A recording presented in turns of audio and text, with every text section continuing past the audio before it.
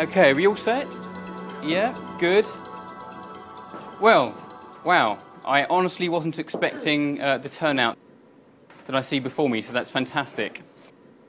I want to thank every one of you individually, personally, for coming out this evening on a snowy Wednesday evening, it turns out. And looking around the room, there's a lot of you who I don't know. So again, a special welcome to you for coming out here. My name's David Lim. I'm a doctoral researcher at the University of Reading. I went back into education in 2006, 2007, and I completed a master's degree in renewable energy engineering. So for those of you who do know me, I can tell you where I've been hiding for the past year or year and a half, because this has taken up a significant portion of my life, to be honest. It's kind of everything's been on hold. I've really wanted to get to the bottom of this issue as a researcher. As some of you may know, there's a lot of disinformation out there regarding this subject. In 2010, I did some work for the Royal Academy of Engineering, and I was fortunate enough to speak abroad at some conferences. And this has to be, I can honestly say this, one of the hardest things to put together, one of the hardest talks, not least because it's a controversial subject, and also it's not my area of expertise.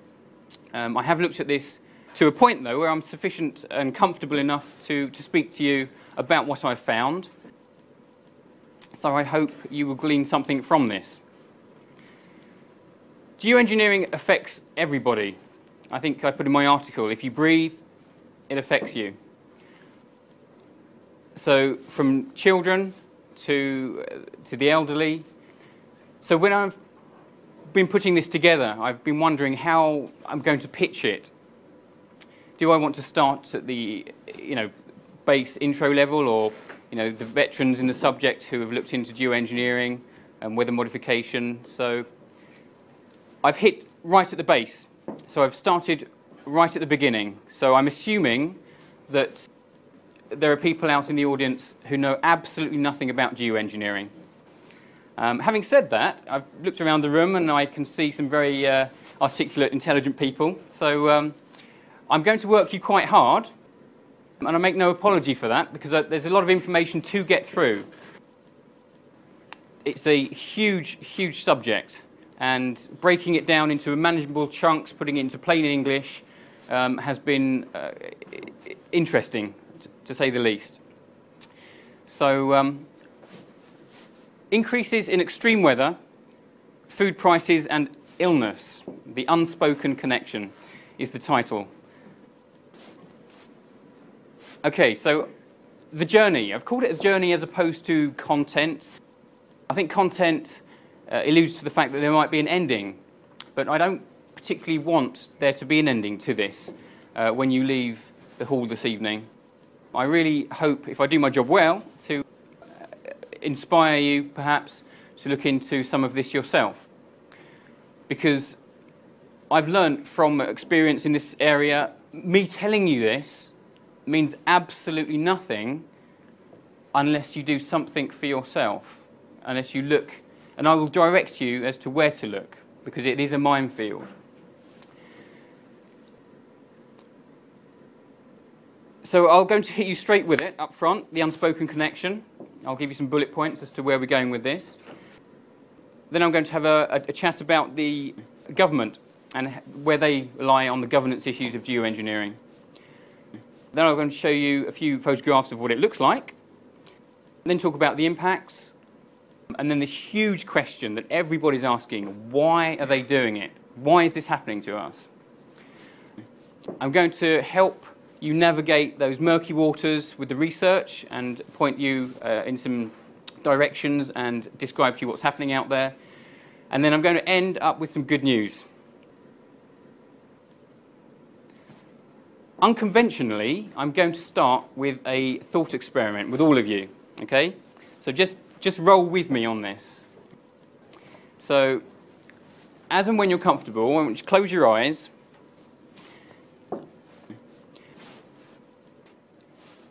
I want you to imagine that you've woken up and there's a letter on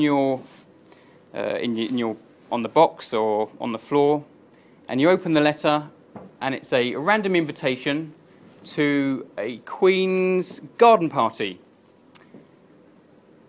The date on the top of the letter is in black, and it says 1959. And you think, oh, this is kind of interesting, I'm going to accept. So you doll yourself up, you put on your best gear, and a chauffeur car greets you, takes you to London, to Buckingham Palace Gardens, and there you are, canapes flowing, champagne, guys walking around, and you're leaning up against the side of a corridor of a marquee. It's a beautiful marquee. And you overhear a conversation. You overhear two dapper-looking chaps in military uniform. And they're talking about potentially spraying the whole of Dorset with carcinogenic particulate material from aircraft. And you think, no, this can't be real. So you wheedle in a bit closer and you glean a bit more of the conversation, and they're talking about using aircraft, they're talking about the load quantities. Fast forward now, you're on the way home and you're thinking, no, this can't be real, this can't be real. But yet you know you've heard something. You've got this information that everybody's going to be sprayed. And you think to yourself, how the hell am I going to articulate this information to people? What am I going to say? And I want you to think about that for a second. What am I going to say, and what is the response from the people who I engage with? Will I be ridiculed?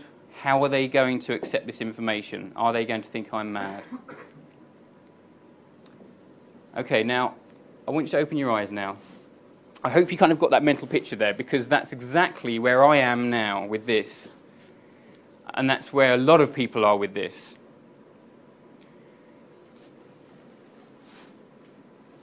Okay, I'm going to hit you with it. Increases in extreme weather events, food prices, and illness. A few bullet point facts, I'm not going to labour these. UK. So we've had the hottest April on record, 2011. We've had the coldest December on record, 2010. Can you remember that? The driest spring in southern England on record, again, 2011. The wettest English year, 2012. That was last year. And I breeze across that, wettest year. That caused so many people so much heartache with flooding. The dullest June since 1909. 2012. The Environmental Agency put out 266 flood warnings or thereabouts last year. And a little quiz question for you. In the US, anybody hazard a guess at how many total temperature records were broken? 2012, we had the Texas droughts and what have you. 1,000? I was going to say 10. 20,000? 40,000 individual temperature records were broken last year in the States. Food prices. Food price expenditure as a proportion of disposable income increased between 10 and 14% in the past 5 years.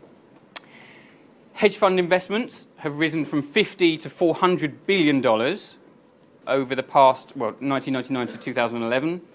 The Reuters Food Index has risen by more than 10% as well, and that's due to rising demand, commodity speculations, and various supply problems. And that's very key, supply problems. And what a lot of people haven't heard about is the food rioting in Haiti. And Lord Monckton, I think, presents some information on this, and they talk about the people in Haiti not being able to afford mud pies. Pies partly made from mud. Illness, and this is a biggie. 800,000 dementia sufferers in the UK at the moment, and that's expected to double, or just over double actually, to 1.7 million in the next 40 years. Alzheimer's, I think, speaks for itself. I think many people who I've spoken to have had people who with Alzheimer's or friends of friends. A global asthma epidemic is hitting us. Vitamin D deficiency. So 50% of ethnic whites are lacking vitamin D, and 90% in the black and Asian groups. Childhood rickets has made a comeback. The last time we saw childhood rickets or heard about it was the children down the coal mine, I believe. And again, childhood autism is increasing significantly. So I think you've all got it by now. What connects them is this thing called geoengineering. It's one answer anyway. And it's a term that you probably haven't heard about if you're not in this field. And there's a reason for that, and I'll come to that later. So extreme weather events are increasing because our weather is being manipulated. Food prices are increasing because crop production can be controlled. And illness is increasing because geoengineering chemicals are toxic. So there you have it. There's a snapshot of what the whole evening is going to be about. Okay, geoengineering and government. I'm not making it up. There is a thing called geoengineering. The House of Commons have got a paper on it. The regulation of geoengineering came out in 2010. And the definition in this document says geoengineering is activities specifically and deliberately designed to effect a change in the global climate with the aim of minimizing or reversing anthropogenic climate change. Anthropogenic being man-made. Bit wordy, I think. The other definition I prefer is from the Royal Society. And this document, Geoengineering the Climate, came out in 2009. And they define it as the deliberate large-scale intervention in the Earth's climate system in order to moderate global warming. And the red writing you see at the bottom there is the Solar Radiation Management Governance Initiative, which the Royal Society are funding. Methods. We've got some numerous methods. They break down into two: solar radiation management and carbon dioxide removal. Huge topic. I could be here for hours talking about it all. We're only going to look at two, and that's the aerosol, stratospheric injection of aerosols, and cloud seeding. This is quite key as well, so if you can get this under your belt, I'm really going to try with you on this. Geoengineering is part of a bigger sphere of science. I've termed it environmental manipulation. The other two spheres, this is a Venn diagram, military operations and weather modification. Now, weather modification is an industry in its own right. It's very old, actually. Weather modification goes way back. Earliest references I found are 1891. Vincent Schaefer looked into cloud seeding technologies and progressed it hugely by 1946. Military operations. So part of geoengineering is tied in with military. Part of military alters and modifies our weather. And by definition, geoengineering is modifying our weather. So depending on what context we're talking, and I'll steer you through this, whether it's geoengineering, weather modification, or military operations. Okay. Back to our thought experiment. I'm just going to cut into a little, I hope this goes okay, a little video clip.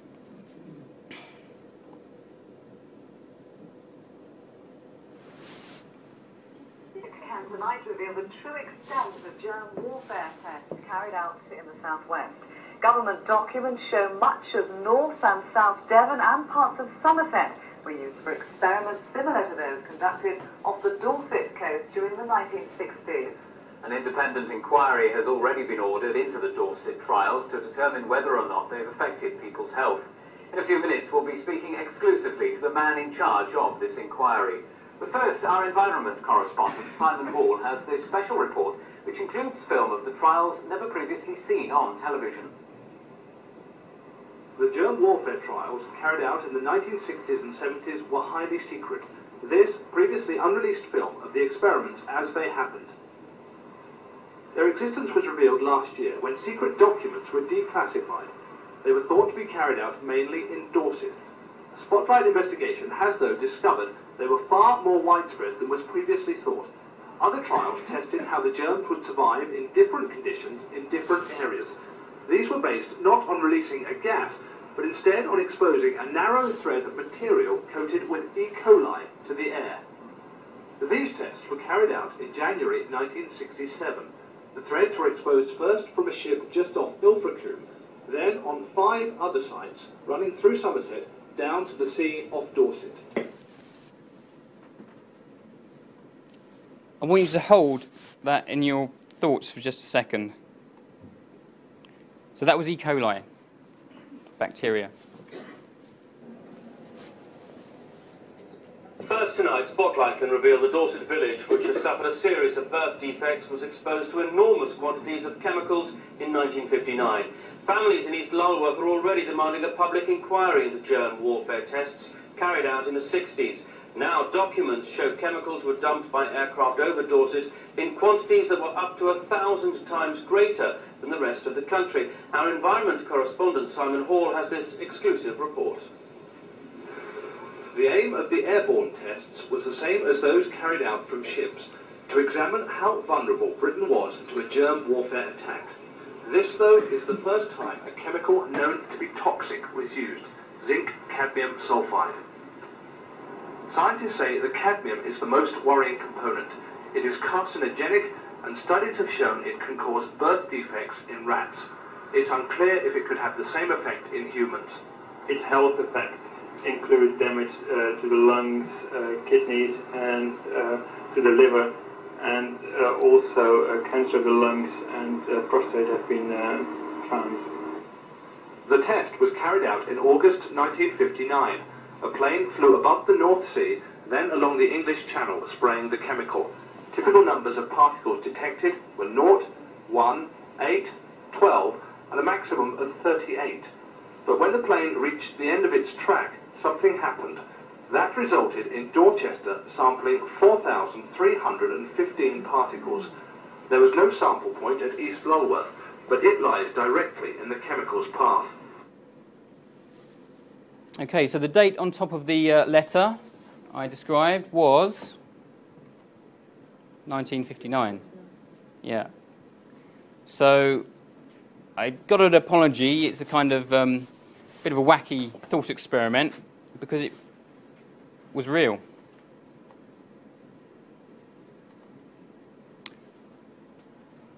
They've done it to us before. I and many believe that it's happening to us again. The Guardian broke this in 2002. The headline reads, "Millions were in germ war tests." The Ministry of Defence turned large parts of the country into a giant laboratory to conduct a series of secret germ warfare tests on the public. And the article goes on, and I can give you all of the links to everything I'm talking about is referenceable, and you can have this. I won't labour this slide, but the two clips you saw were the first two, the fluorescent particle trials, the large area coverage trials, the zinc cadmium sulfide so it's all kind of colour coordinated. So the red is the E. coli and Bacillus globuli, which is the anthrax mimicking spore. Sabotage trials were the transport. So they released chemicals into carriages, in the underground, I believe, as well, on the underground. And I've called this, the other one, the spider's web trials. What they did is put germs onto spiders' webs and release them into the atmosphere just to see what the outcome would be. I couldn't believe it. I really couldn't believe it. So I went digging. And again, I'll give you links to all of these.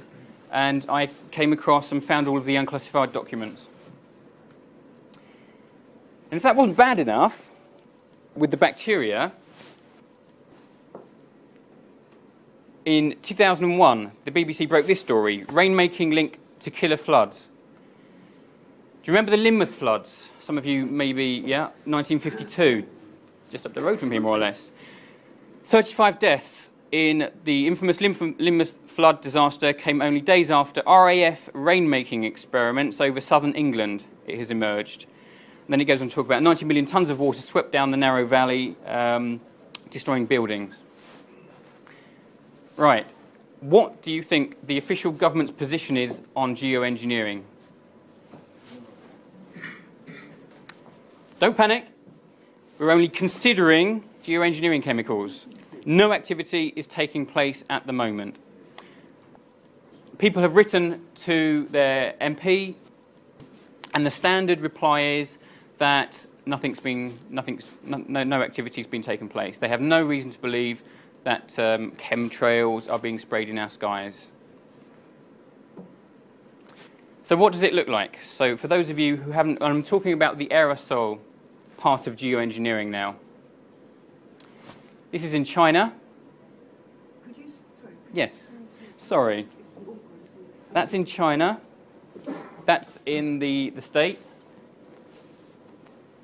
And if you don't know what you're looking for, you might think that's just normal sky. That's in Europe, a bit closer to home, London, Trafalgar Square. See a nice horizontal trail there. Anybody hazard a guess where this one is? 200 metres behind me, in a field, looking west. Not one cloud in that sky is natural.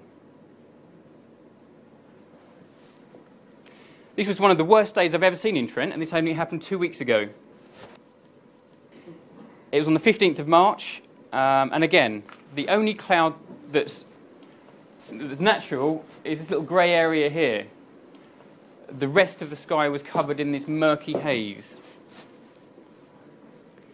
And to just hit home the point a bit, a bit more, this one is 50 metres that way in the car park, just outside here. And I'll show you those three little, almost look like claw lines across there. I'll show you where they came from. So, everyone's asking, what are they? What are these trails in the sky? In 2005, NASA came out with a document differentiating the types of trails. Some were short-lived, they say, others were kind of persistent and persistent spreading. Now, they have changed slightly on their definition of this, but it's just to illustrate that NASA themselves are making a differentiation. The word chemtrail, if anyone says to you, it's a made-up word or whatever, US Congress made up the term chemtrail initially. House Bill 2977, the Space Preservation Act 2001, page 5, line 15, it's there. It's there under exotic weapons, exotic weapon systems, chemtrails. Okay, so this is a static. It just shows you the chemtrail or persistent contrail, and there's a raging debate as to what to call them. As a scientist, they can't be called chemtrails. No academic journal will look at you seriously if you call them chemtrails, so you have to call them persistent contrails or cirrus-induced cloud contrails. So a normal contrail should dissipate after about 30 seconds, 20 minutes or so. They are ice crystals, water, carbon dioxide, a bit of sulfur. But the things that we're seeing in the skies nowadays linger for a lot longer.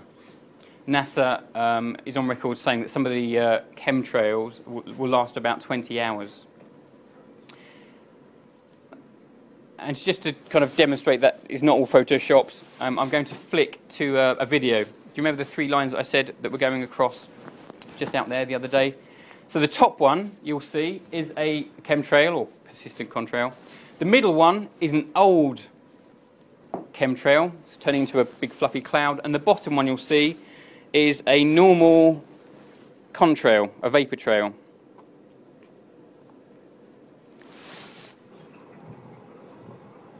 It's the 5th of March. I might cut the audio on this and talk you through it instead. I'm sorry for the quality of the image. I don't know why it's doing this. I think it might be the projector. But the top one you see is a slightly different colour as well. It's more bluish in colour. You can see it starts way back to the north. They look fluffier. They obviously last longer in comparison to this very thin normal contrail at the bottom, which is already dissipating here. And as it goes into the cloud, I flick back and show you the chemtrail.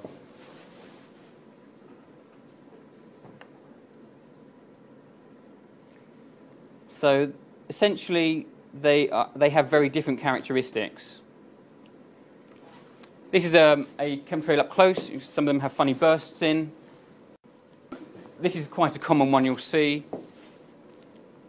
Different colours. Some of them are slightly bluish in tinge. This is a great shot actually. Somebody's managed to get a shot of a chemtrail up close. And you know, is it me or does it look like something's falling from that trail? This is a normal contrail type. This is what they should be. Some of them are slightly fluffier, depending on the weather conditions. It has to be minus 38, 40 degrees centigrade, with the various moisture content as well. There. The other characteristic is that they turn on and off. You might see some planes. There's numerous clips on the internet with them turning on and off. And they are being used as atmospheric test markers. And when you get into this subject in detail, you find out that they turn on and off in specific points. They're believed to be controlled by satellite, a lot of them. So these points here will actually go into a meteorological model as data points. And as you expect, they should and do show up on satellite imagery. So all of the lines there just off the west coast of Cornwall going up towards Newcastle, all of that is man-made cloud, essentially. When you go out and it's cloudy, you can't see what's going on. But I can guarantee activity is sometimes still going on. You sometimes see a break in the cloud and you can see the trail. Some of you may have experienced that. So when you come, I made a geoengineering diary actually. I think I had about 17 days in December last year. But a lot of that time I couldn't see what was going on. So it was probably more. So this is what's happening. The chemtrails, persistent contrails, are being taken, some of them, by the wind, depending on the regime, and it's creating artificial cloud cover. And the last clip I'm going to show you is of a time-lapse video. Now this is I think it's in Barcelona. It's sped up, obviously, so you can see the effect. And there's a mixture in here of chemtrails and normal contrails. So you'll see the lines. There's a star there. Did you see that? So where they cross, that will be a data value in a model somewhere. A good researcher, Scott Stevens, who's a meteorologist who's into this phenomena. He talks about the data values going into the models. They're called tracers, actually. See, that was a normal. Did you see that? That was a normal contrail. That's a normal contrail just gone by then.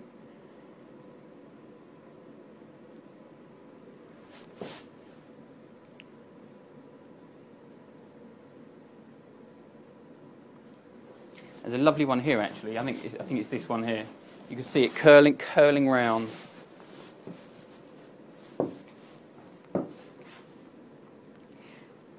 So, geoengineers are telling us that man-made cloud is necessary to deflect sunlight away from the Earth, to cool us down, essentially. And I'll pull apart that argument slowly as we go through this.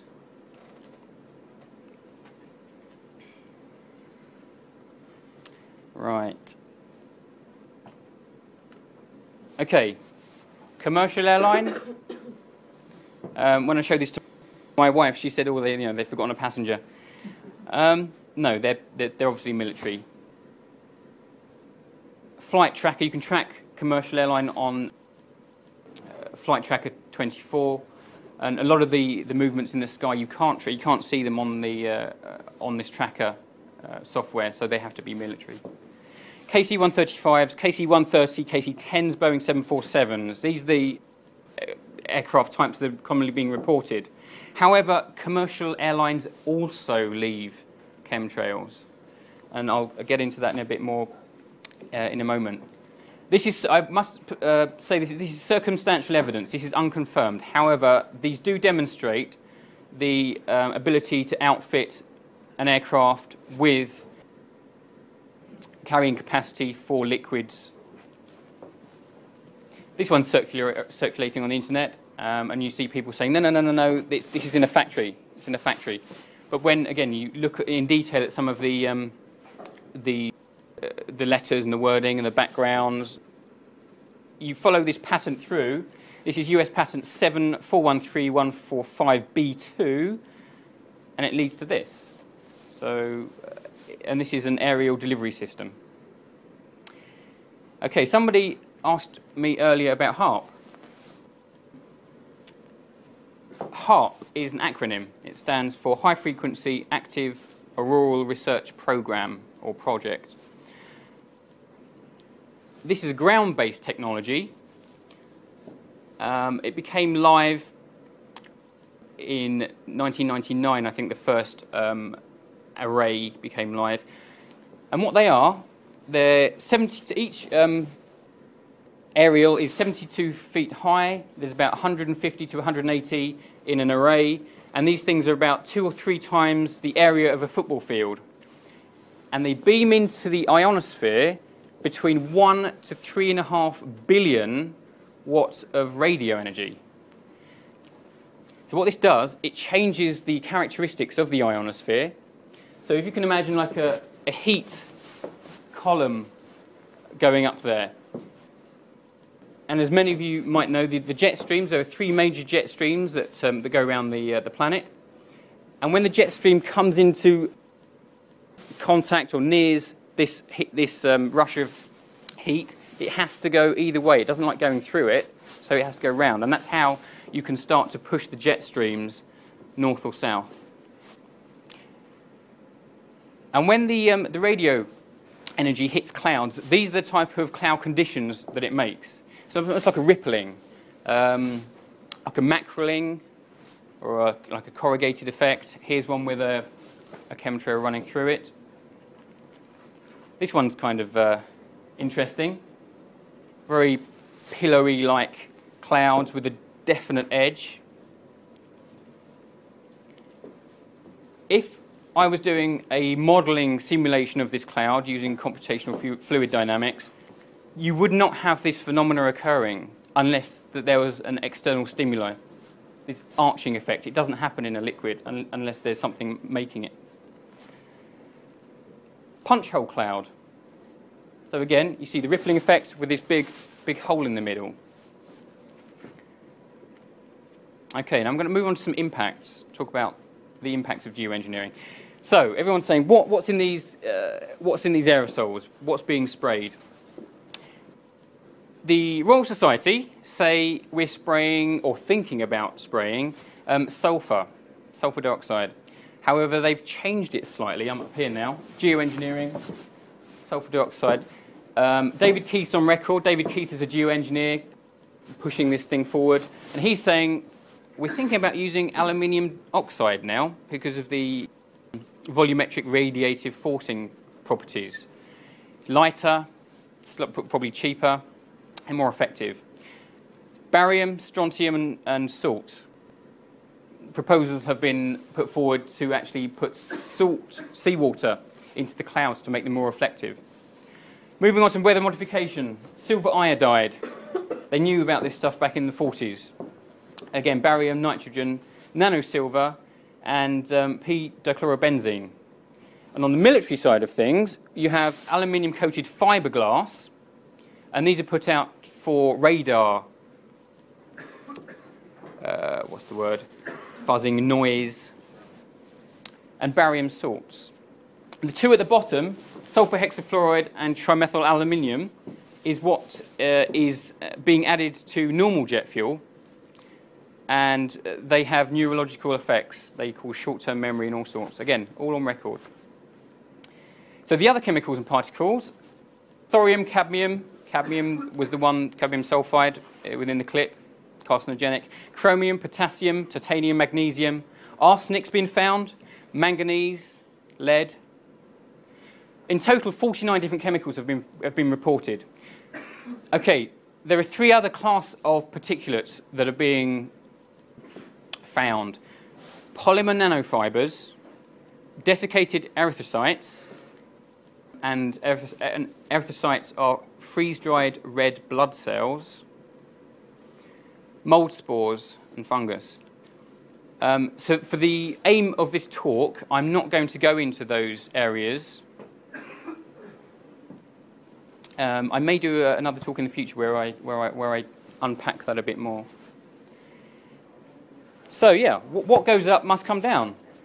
So as you can imagine, it's landing in our oceans, it's landing in our rivers, watercourses, and our soils, our crops, trees, bees.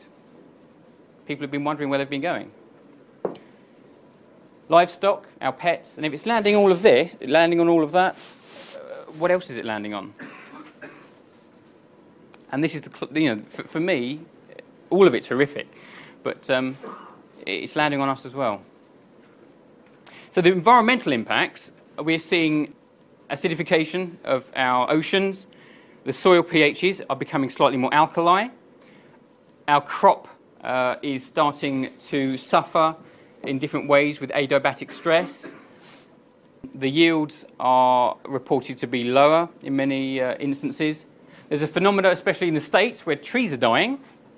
Aluminium is bad for the ozone, air quality, marine life, and of course our pollinators. And out of all of those, for me, and this is where it kind of really strikes a chord for me, you can choose what you drink. You can drink tap water, fluoridated. You can drink spring water. You can drink beer. You can drink whatever you want. You can eat. You can have a choice what you eat. Organic, non-organic, prepared foods. You can't choose what air you breathe, can you? And to think somebody has that power to take whatever they want and put in the atmosphere, and you have no autonomy whatsoever over this. And for me, when I really understood that, it was like, it's bam, the gravity and the magnitude of the situation hits you. You feel helpless, actually. Some people don't care about the environmental stuff because it doesn't affect them personally. When this stuff happens, they start to take notice sometimes. So on the milder end of the impacts, people are suffering from headaches, from colds. People are suffering from colds, for 3 weeks now. I had a 3-week cold in January. Sinus problems, increased susceptibility to viruses, asthma, childhood asthma, muscle weakness, eye and skin irritation, autoimmune. Now, autoimmune, I could, again, unpack and come up with a huge list of things. Aluminium has been linked to neurological and cognitive dysfunction, short-term memory loss, SAD, seasonal affective depression, chronic bronchitis, liver damage, and again, 2 biggies coming up, Alzheimer's. Again, aluminium-related, some people say dementia. Barium is not good for the heart, cardiac system, and the big C. So I'm going to focus on just 3 elements. First one I'm going to focus on is the aluminium oxide, Al2O3. Now we can intake aluminium through food, through breathing, and actually just through skin contact. The average hair is between 70 and 100 microns, so a tenth of the width of a human hair are the dimensions, the magnitudes that we're talking about here. So, damage to the central nervous system. Dementia, Alzheimer's, we've covered. Short-term memory loss. Lethargy, people waking up and just, melancholy, not wanting to do much. Severe trembling, pulmonary fibrosis, and lung damage have all been associated with aluminium and aluminium oxide. Next on the list is barium. Barium is extremely soluble in water, so constant exposure hits our immune system for 6. It increases blood pressure. Weak and aching muscles have been associated with barium. I think I suffer from that sometimes. When you wake up, you're all achy and it feels like you've done a couple of marathons and you've just been sitting at your desk all day the day before. Stomach irritation, changes in nerve reflexes, difficulties in breathing, asthma again. Barium also depletes our potassium levels. And again, on the lesser end, let's say, the headaches, dry eyes, and the sore and raspy throats. The last chemical we'll look at is sulfur. Now, sulfur, we need sulfur actually, but derivatives of sulfur, like sulfur dioxide and hydrogen sulfide, are not good for us. Again, so this interacts with our neurological pathways and our synaptic pathways, changes in behaviour, disturbances in blood circulation again, like barium, heart damage. It affects our eyesight, our reproductive system, again, our immune system, stomach, liver, kidneys, hearing, hormonal metabolism, and dermatological effects. A neurologist from the US, Dr. Blaylock, is on record saying, when talking about chemtrails, he was saying, I took these stories with a grain of salt, like many of us do initially. And then he goes on to say, my major concern is that there is evidence that they are spraying tons of nano-sized aluminium compounds. Then he goes on to say, of special concern is the effect of these nanoparticles on the brain and spinal cord, as a growing list of neurodegenerative diseases, including Alzheimer's, dementia, Parkinson's, Lou Gehrig disease, are strongly related to the exposure of environmental aluminium. Okay, whether you believe the whole man-made climate change thing, or whether you believe the chemicals are bad or good, irrefutable is the fact that we are having reductions in radiation in sunlight. No, you can't dispute that. So what is the effect of reduced sunlight? Just that factor alone. Increased molds, increased mildew, greater susceptibility to viruses again, reduced crop yields. Studies in Illinois University have shown, everything else being equal, all the climate conditions, reduced yields. Ecosystems. Nearly every ecosystem relies on photosynthesis at some level. So just that ring alone, you could say, this is big stuff. SAD again, people constantly being under this blanket of cloud. It's a lot worse in London, apparently, than it is out here. Vitamin D again, so the whole vitamin D, rickets thing, strong bones and teeth.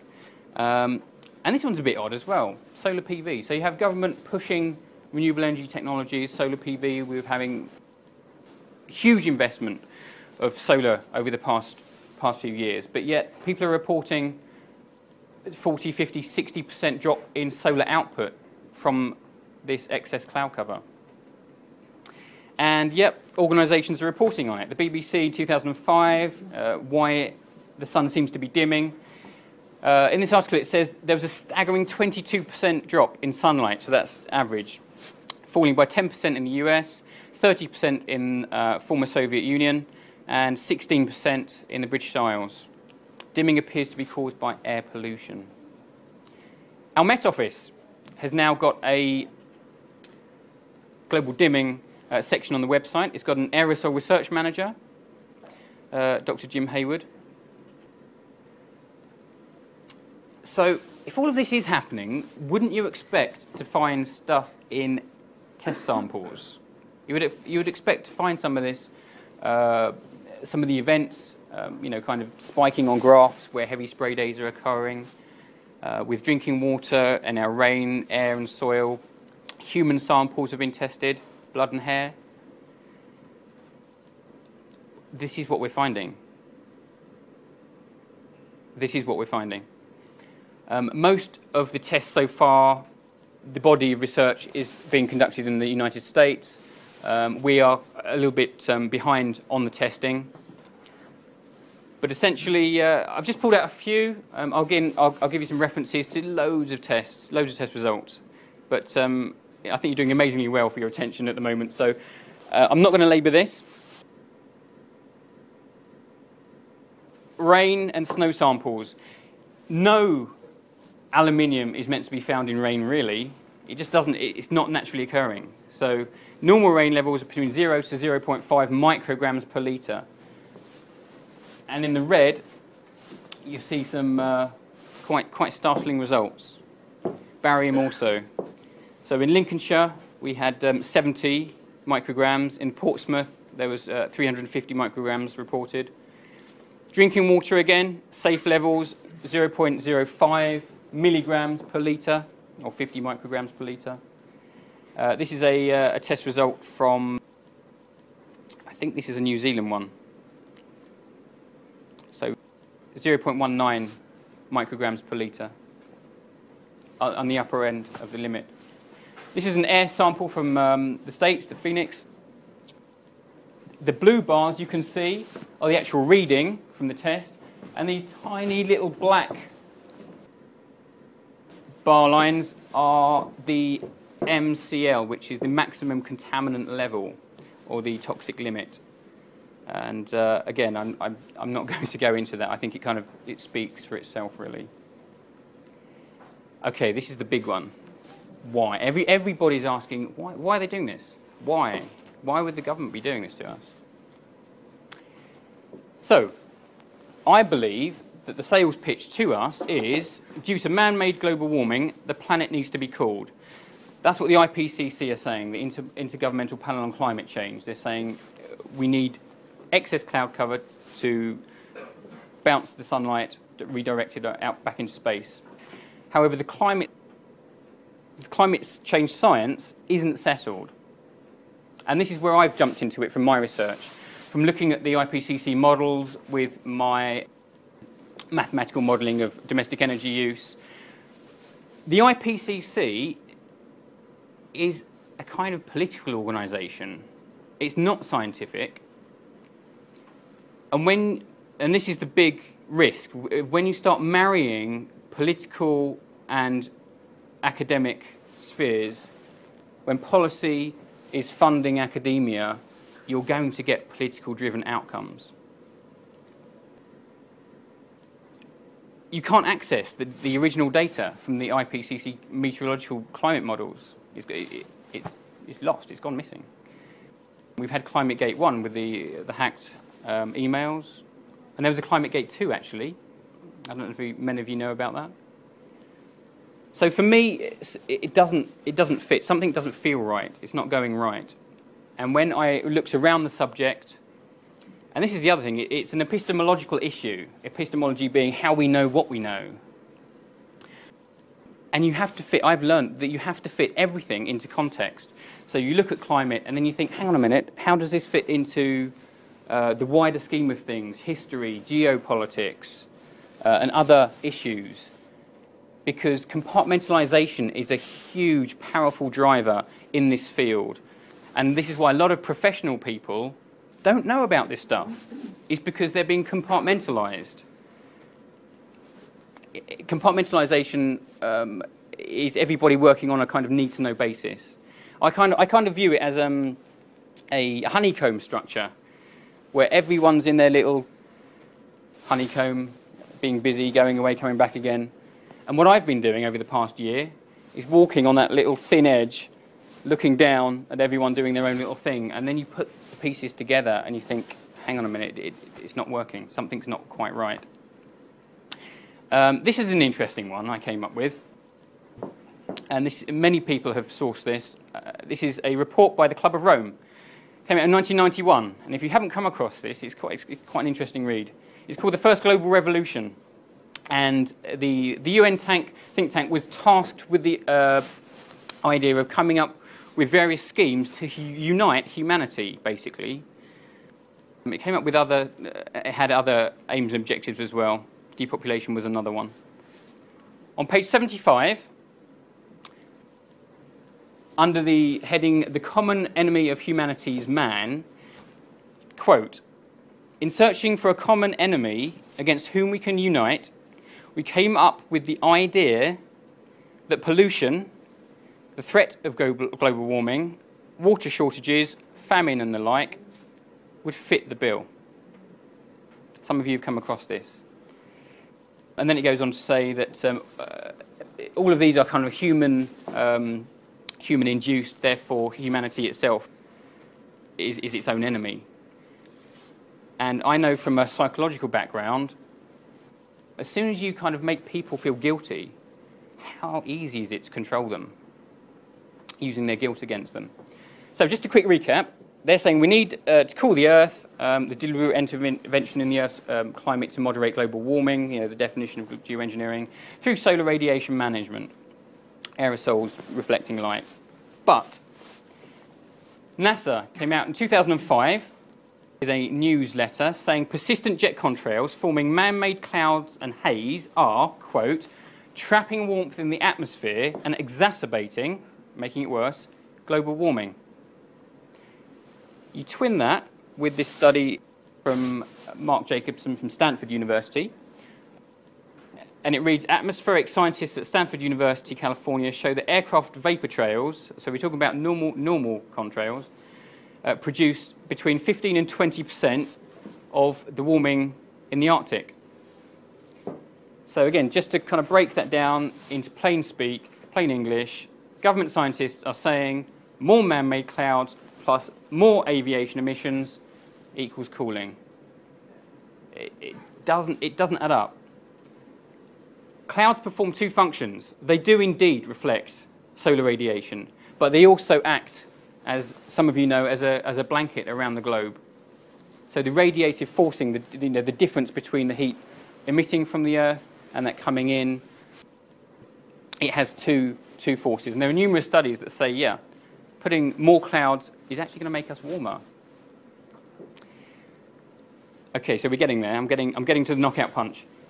Why else would they do it?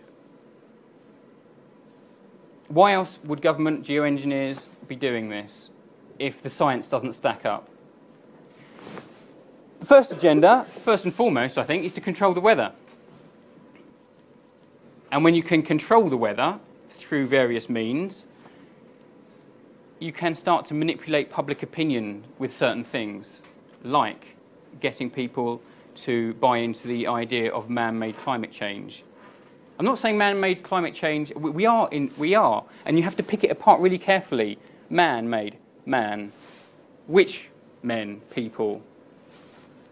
Is it the public? Is it government?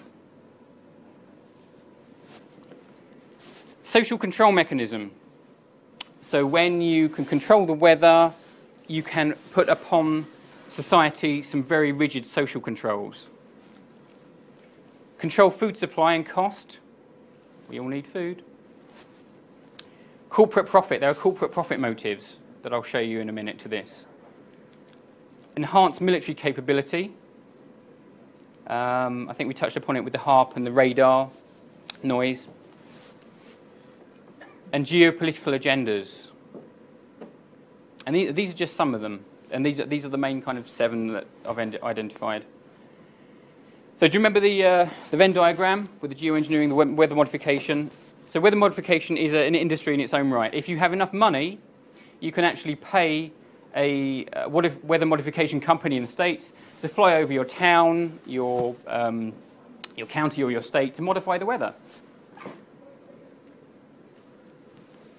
Modify it to create extreme weather. You can create floods, droughts. If you seed the sky with particulates that are so fine, the water molecules cannot create the mass to bring them down again. So it kind of dissipates the rain, as so to speak. Storms, hurricanes. Military can now steer hurricanes. And there's a paper on steering hurricanes. Erosion. hail damage, blizzards, so again snow, excess snow, and when you have droughts, of course, we have water shortages. And when I look at this, it kind of rings a bell as to what's been going on recently. So, you can manipulate public opinion, you can convince people of climate change, and if you can do that, you can impose carbon taxes. There's the cap and trade scheme where companies are allowed a certain quota, and if they go above that, they have to pay fines or not fines. They have to buy credits. Personal carbon taxes. Australia are having some tough times with personal carbon taxes at the moment. Personal carbon taxes, you know, everything you do. If you step in a car, if you take a flight somewhere, you'll be penalised. Agenda 21.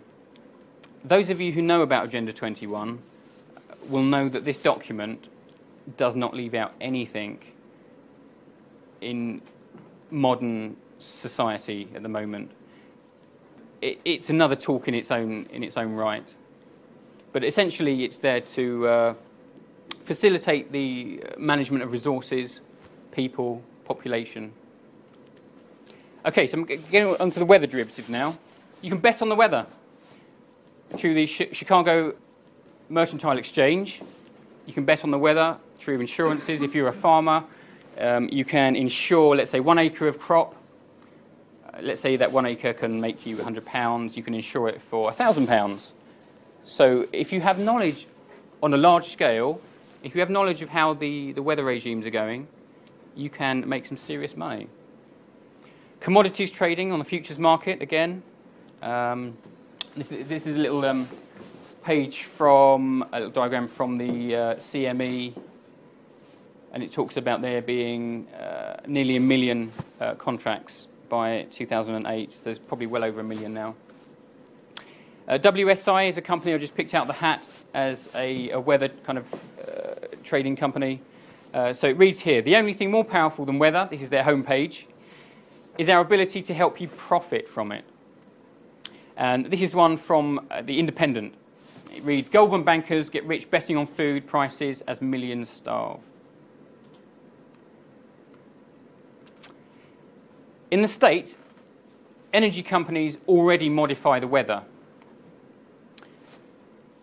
So again, if you can create prolonged periods of cold weather, so you're just hitting, you know, the degree days are going up or down depending on whether, you know, extremes. When it's hot, you've got air conditioning. When it's cold, obviously we need heat. Agrochemical companies. There are 10 agrochemical companies that run pretty much the whole business. Some of you are familiar with Monsanto, I'd imagine. And what Monsanto are doing, they're bringing out patents, seed patents.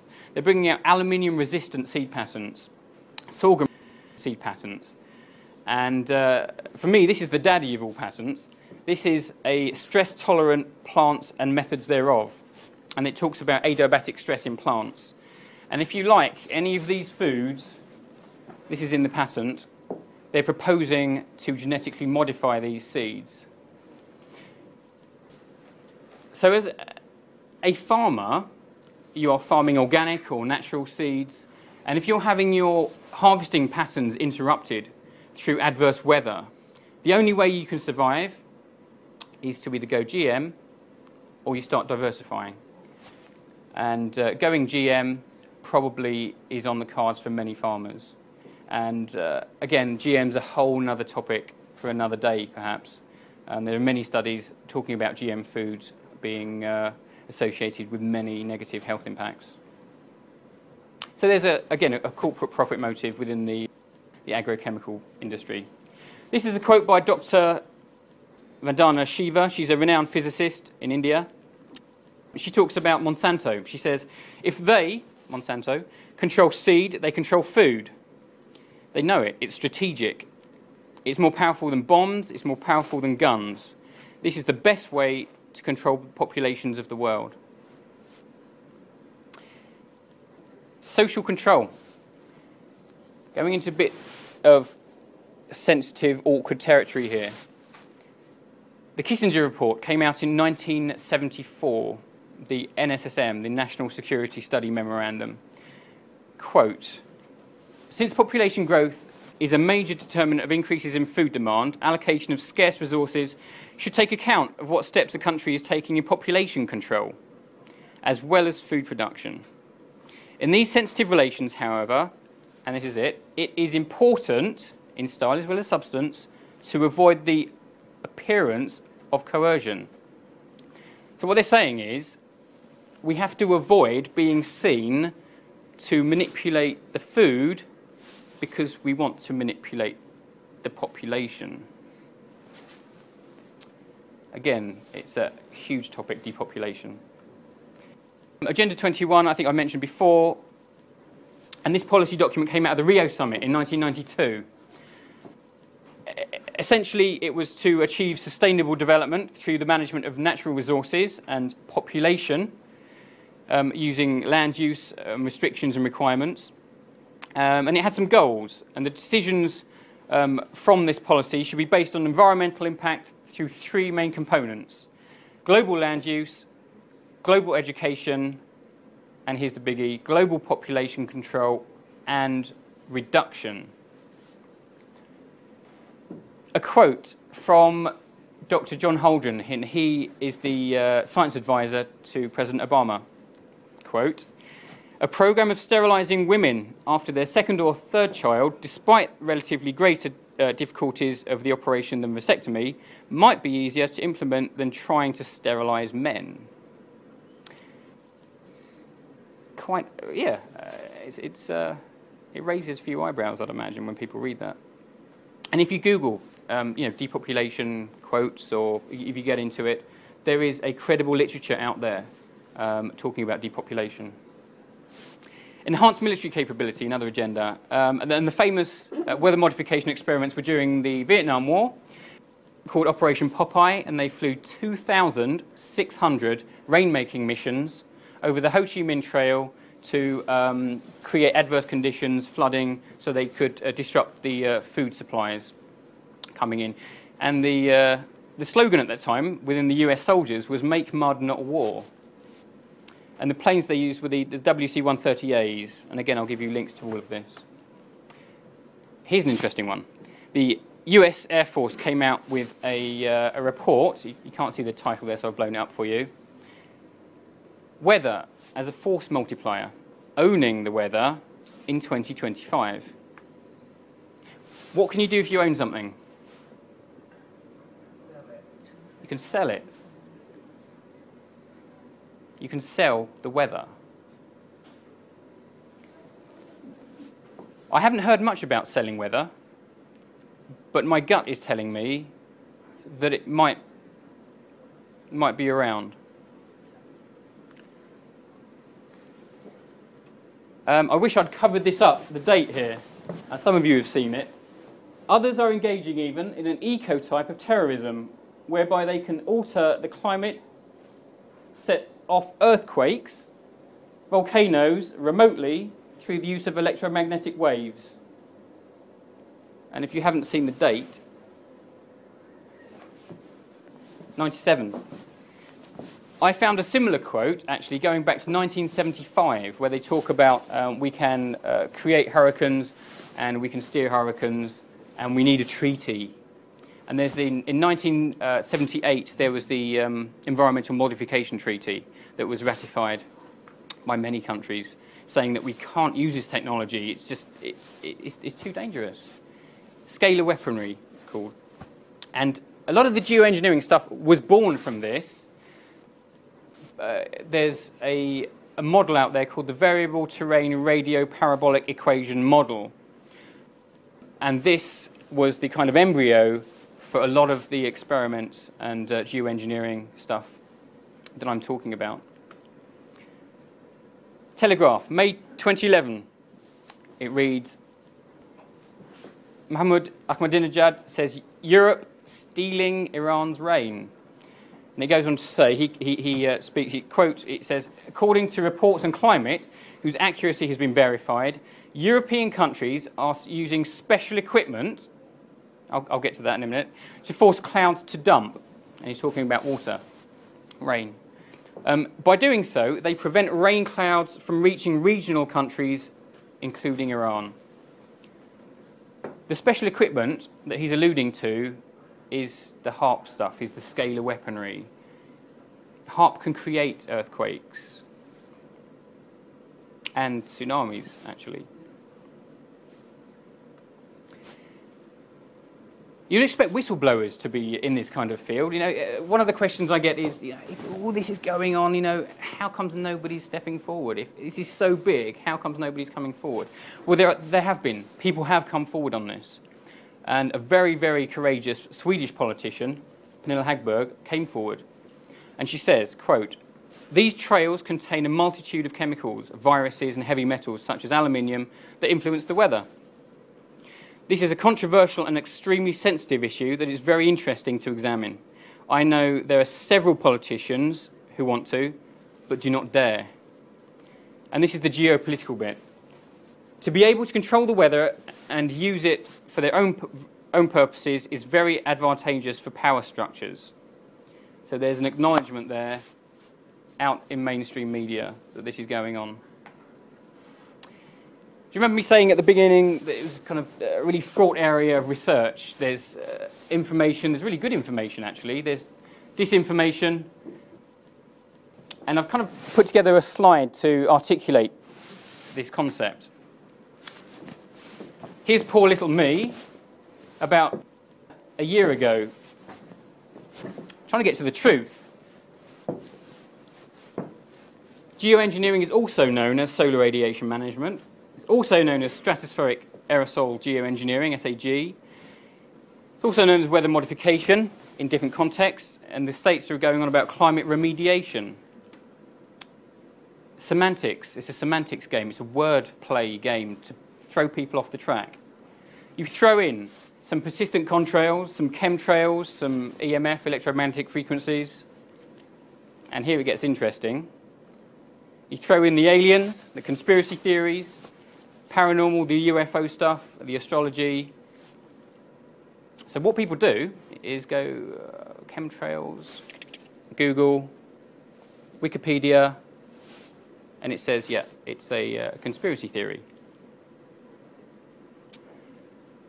So what happens is the truth becomes kind of obscure. It's so difficult.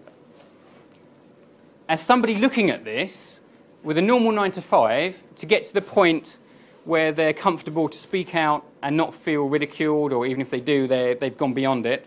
I kind of went beyond it a while ago, started to talk to some friends. They kind of thought I was nuts. But after a while, when you get to the heart of this issue, you kind of transcend all of that to a degree.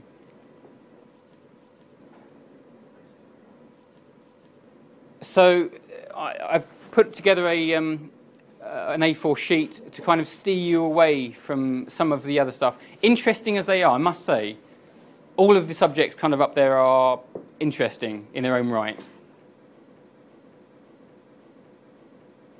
So when you get past all of that, when you steer past, you navigate through all of the smokescreen, alien stuff, you actually get some really good info. This was a report by the Belfoot Group in 2010. This is a kind of scientific study on contrail science, and it was reviewed by Dr. Vermeeren, I think, and he was an aerospace engineer at Delft University in Holland, and he put his stamp on it, basically saying, yeah, it all holds up.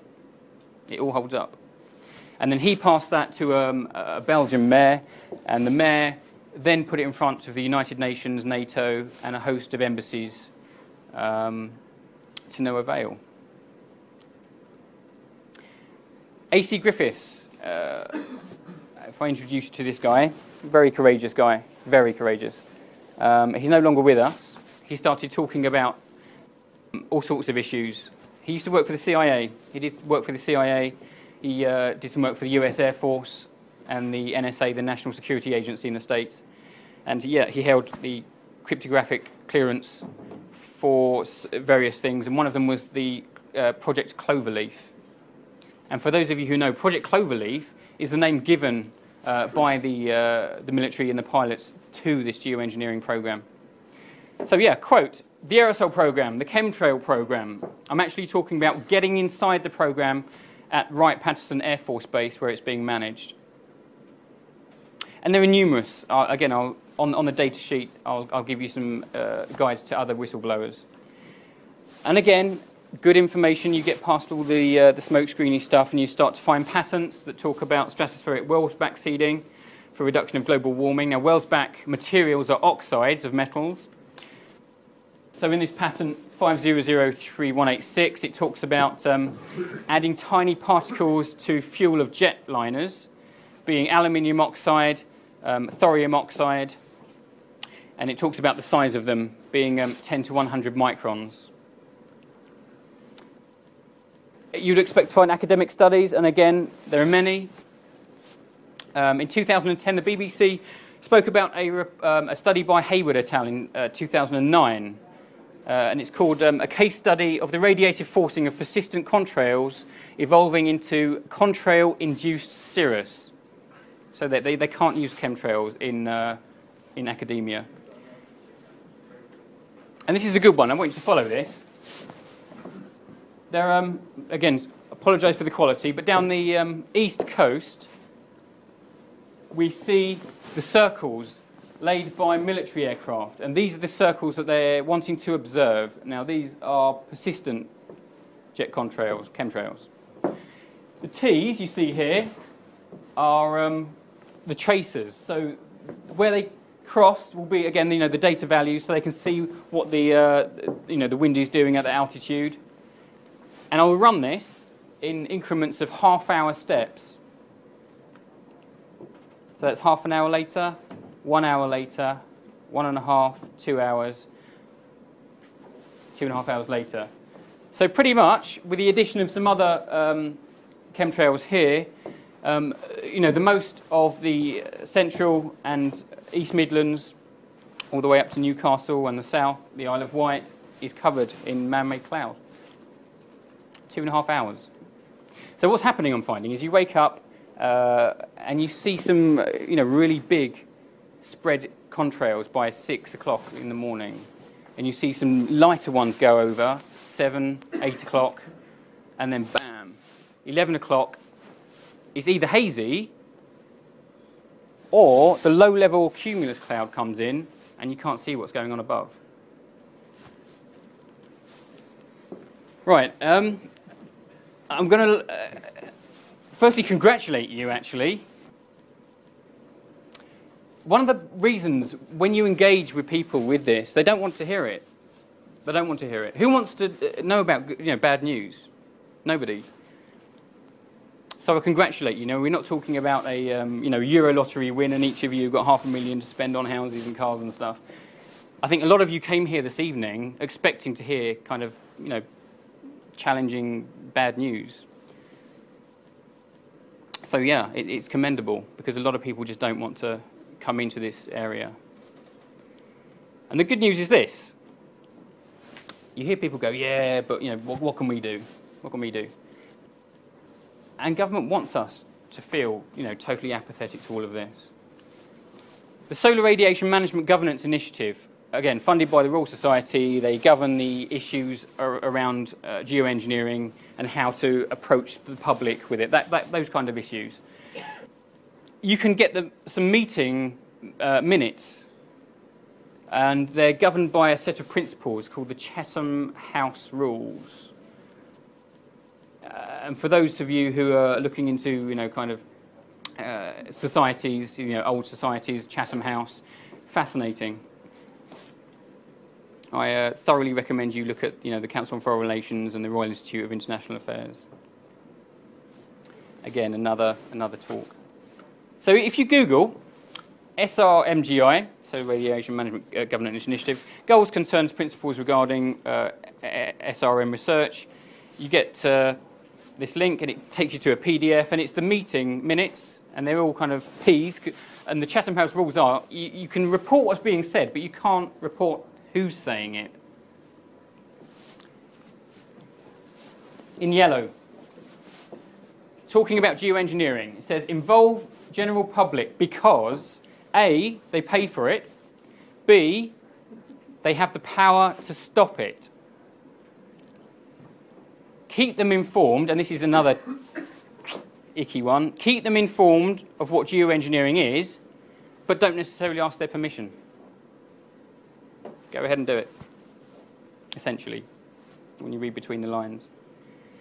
So the good news of this is they acknowledge that we do have some kind of leverage if we take the right channels, the right approach, we talk to people, we inform people the correct way. So it sounds a bit cheesy, but knowledge, I've put can be power, because it's not always power, because knowledge is nothing unless you share it or you act upon it in some way. So you can do something, I believe. And the first step is, as I said, none of this is kind of any true value unless you look into it yourself to a degree. I'm not asking you to believe me. It would be nice, but I'm not asking you to believe me. I'm asking you essentially to kind of do your own poking around, please. And you have to understand counterintelligence, and this is a big part of it, you know, the smokescreen stuff. One of the basic principles of counterintelligence techniques that the military use and media use is that when you want a piece of intelligence to be countered, what you do is you put somebody else up talking about the same stuff, Mr. B, or whatever his name is.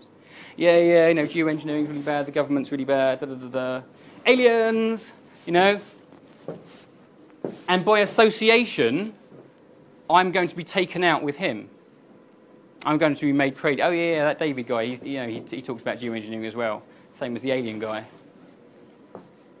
So we have to up our game and our understanding of how to conduct research and how counterintelligence works. That's a key part. We have to become a little bit smarter, I think, generally. And once you know what's going on, you can spread the word. We've got new media, which is a fantastic tool. I don't particularly like Facebook, but it has its place in some instances. You can take action to start protecting your health. There are some good kind of detoxing programs and compounds that you can take. Join a community group. So yeah, with the new media stuff, you can join a community and help out. This is too big for me to tackle on my own. Way too big. I've met some really good people in the field who I'm kind of working with towards doing something with this. So one of my calls to action this evening is that if anybody has any skills or time, whether it's half an hour a week or whether it's 3, 4, 5 hours a week, help me, please. We're putting together a framework where it doesn't matter what skill sets you have, you slot into a kind of framework, whether it's IT, whether it's putting together kind of research, little tasks or whatever. So yeah, eventually when all of that kind of culminates, you can start to feel a bit more empowered actually to say no. So the tools that we've got in place, we've got a Unified Atmospheric Preservation Act, the UAPA, that is going to go online as a petition. I'm completing a directive that I want to present to the House of Commons with my group who have done a lot of legwork on putting together a directive. I co-founded the International Directive to ban geoengineering. There are many national groups out there doing their own thing, which is fantastic. Some US groups doing great stuff, some Australian, New Zealand, other parts, Italy. There's some great groups in the UK actually, London, Kent. But there's nothing out there at the moment that unifies all of this. And I'm trying to do something about that with some colleagues. This is my puppy, the British Association for the Prevention of Geoengineering. And I've kind of set this up as a professional entity stroke forum for professional people, academics, researchers, politicians, industry professionals, to kind of create a safe environment for those people to start talking about this. Stigmatization is incredible. And I've got a personal story. I can't go into it totally because I'm still with Reading University, but I can tell you this, that when I approached the university with my new findings, with my holistic understanding of how this fits into the bigger picture and geopolitics and history and weather science, meteorology, population reduction, social regime, I was expecting them to say, no, hang on, David, you got it wrong. But they didn't. I'm going to put a personal website up. I bought davidlim.com. It's not live yet, but this is kind of where I will have my personal information. So we've spoken about it. It's not difficult. I'm sure once you have got to grips with this stuff, you can do exactly what I'm doing. And if you can't, I will help you.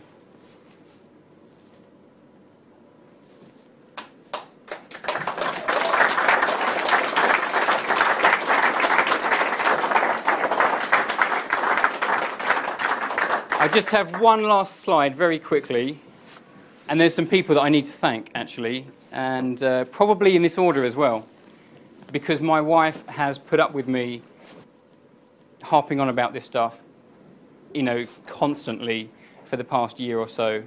I've spent way too much time away from the house. And when you enter this kind of area, it's infectious. Actually, it's addictive because people want to know the truth. Researchers, I've got a lot of information from Michael Murphy, Dane Wigginton, Scott Stevens, Rosalind Peterson, G. Edward Griffin, Alan Watt. Alex Longman is a colleague of mine who I'm working with through the CP UK, and I'd like to thank you. So thank you very much.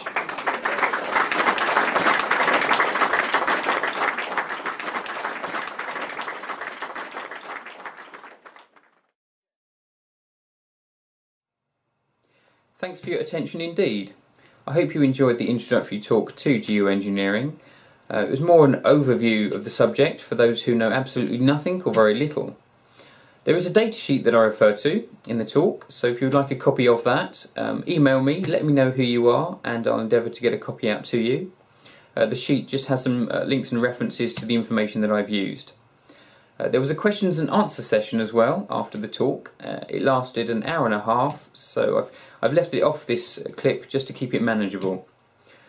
Please help me try and get the word out on geoengineering. I personally believe it's got some huge impacts for all of us in the near future if it's not addressed. So email this link to friends and colleagues and try and help me get the word out on this one. Thanks for watching. Look after yourselves, and bye for now.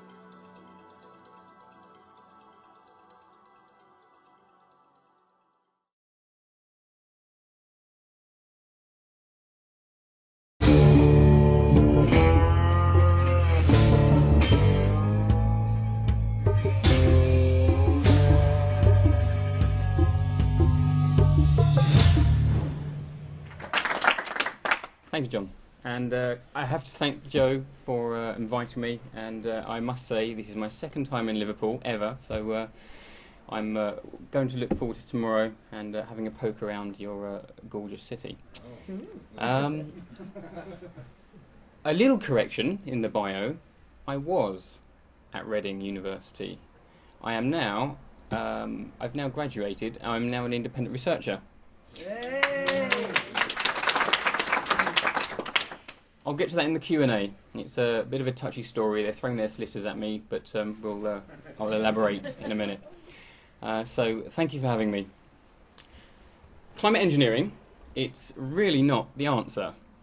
I was thinking about what to entitle this talk. It's an hour. I know we've had 3 turbo speeches, which were fantastic. I must say they were brilliant, really, really good. So this is actually going to be another turbo one, but 3 times as long. So off we go. I'm going to cram it in. I've been told that you're exceptionally bright and open-minded and you're on the ball, so I'm going to flick through some of the themes and concepts quite quickly, and if you are unfamiliar or whatever, we can go back to in the Q&A. This was one of the first public engagement talks about geoengineering, so it's starting to leak out now. So this was on the 18th of September this year, and it was by Professor John Shepherd, and it was entitled Engineering the Climate, Is It the Answer? So my title was a little bit of a play on his, but a little bit naughty of me perhaps, but we'll get there.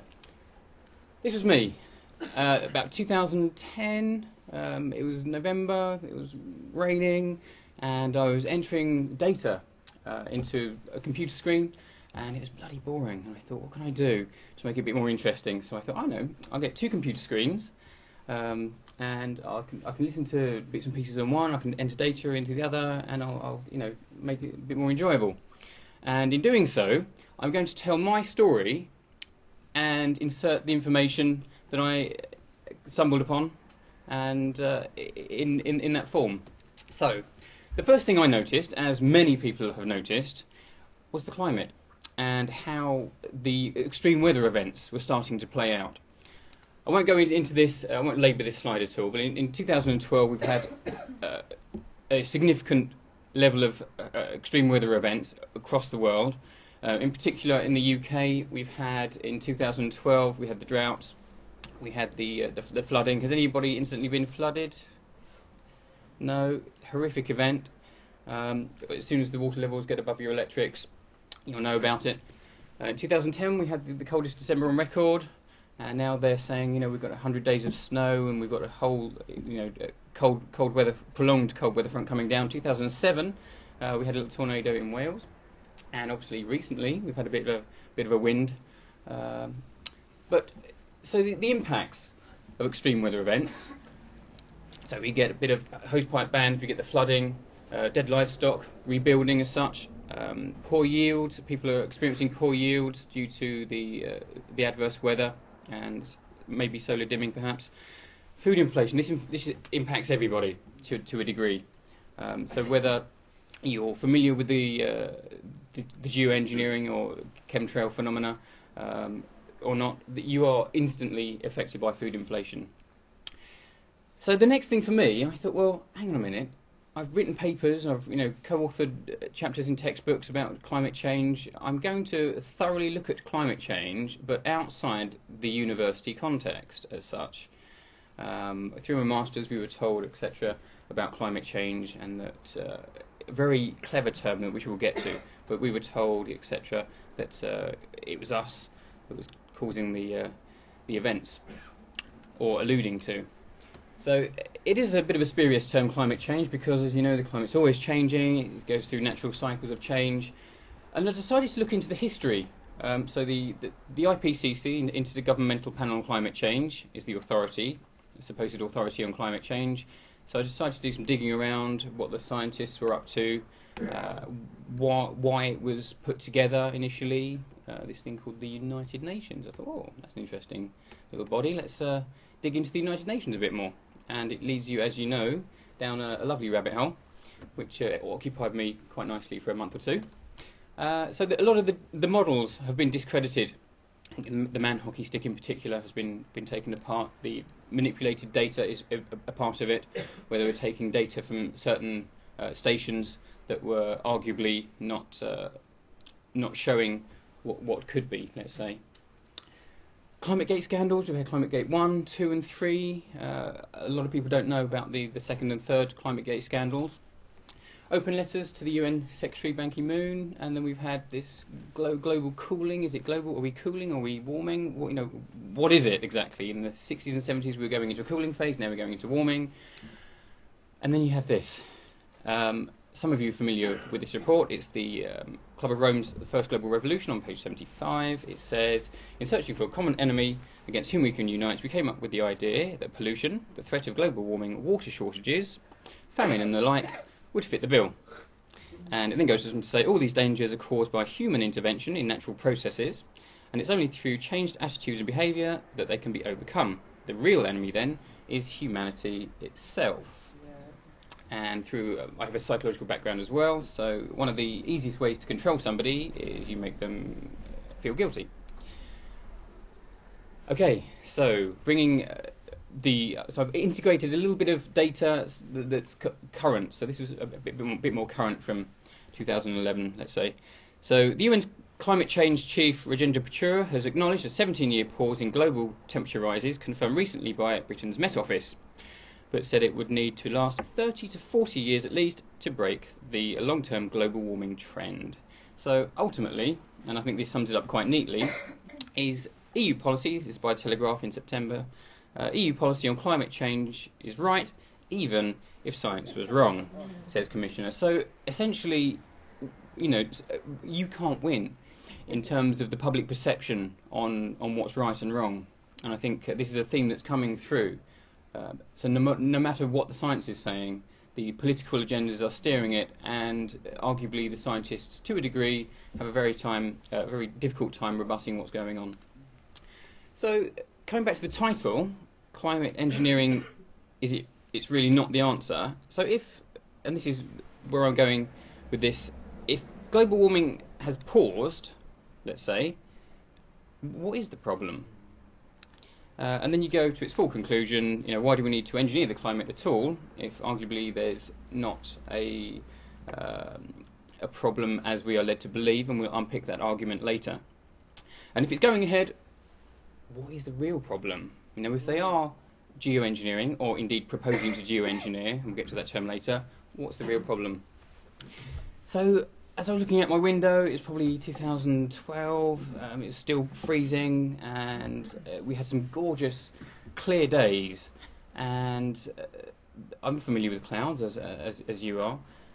Clouds do indeed perform a variety of functions, one in which is to reflect solar radiation, sunshine, and it also acts as like an insulating layer around the planet. So what they call the forcing is the difference between the incoming and outgoing radiation. So, and this is me with my encyclopedia. This is from 1985. So I was familiar with the 10 generic classifications of cloud formations, but I wasn't aware of these. And as I was looking out my window on these bright days, I saw many of these, as you have done. And I thought, well, you know, these are not in the Britannica, and I did some digging, going back into, you know, the political, the historical literature on cloud formation, and they weren't there. So I just started seeing more of them outside my front garden and on my back garden, and I thought, well, hang on a minute, let's look into the phenomena a bit more. And it doesn't take a genius to come up with the term chemtrails, which again, the community are at loggerheads with each other. Is it chemtrails? Should we call them persistent contrails? And it's very, very clever what they've done, because the lay term, chemtrail, obviously is a hybridization of words, chemical trail. They're saying, or we are saying, let's say, a chemtrail is not a contrail, when the scientific literature says it is. And you could argue it is, and I'll tell you why, is because the scientific literature is calling a persistent contrail is that what we see in the sky, which is the lay term chemtrail. But there are 3 classifications, and we'll get to those in just a minute. The term chemtrail first came about in 1990, the Chemistry 131 manual from the US Air Force. And then we had it in the 2001 Space Preservation Act. And then the scientific literature, these 2 down at the bottom, Hayward et al., and we've got NASA, call them persistent contrails or persistent spreading contrails. And this is from NASA. This is a global contrail chart. They're short-lived, so 3 main classifications: persistent or persistent spreading. Okay, so the lay community are calling these chemtrails, and they are a form of contrail. So they are contrails, but they're just a specific type of contrail. So when you see the literature saying contrails, arguably from a legal standpoint, they are right. And this is something that we really have to grapple with. It's a huge semantics game, very clever. So we see them all across the world. This is in China, seeing them in the US. I think the US have had their fair share of trails over the past couple of decades. In Europe, this is Paris, and here we are in the UK. And yeah, here we are on our doorstep in Liverpool. This was in 2001, and have you noticed the trailing activity over the past week? Yesterday morning. Yesterday morning. Yeah. Okay, so this was from about, I think it's about 3 days ago. Yeah. So this was actually from this area, but it's horrific. I think it's horrific. And indeed, you can see them through satellite imagery. So it looks like Liverpool's having a pretty challenging time with gaining solar radiation on this particular day. Yeah. So that was, how the chemtrail term for me clicked into this growing puzzle. So I thought, well, let's have a look at the aircraft, themselves. What's actually happening up there? So I bought myself a video camera, a pair of binoculars, and I started using plane tracking software. You can use this freely online. Flight Radar 24. There are a couple of others. And you can start to see the planes, and if they've got the correct transponders, you can see where they come from, where they're going to, what heights they are, etc. And this Sky Airlines was a very odd route that they've just taken recently.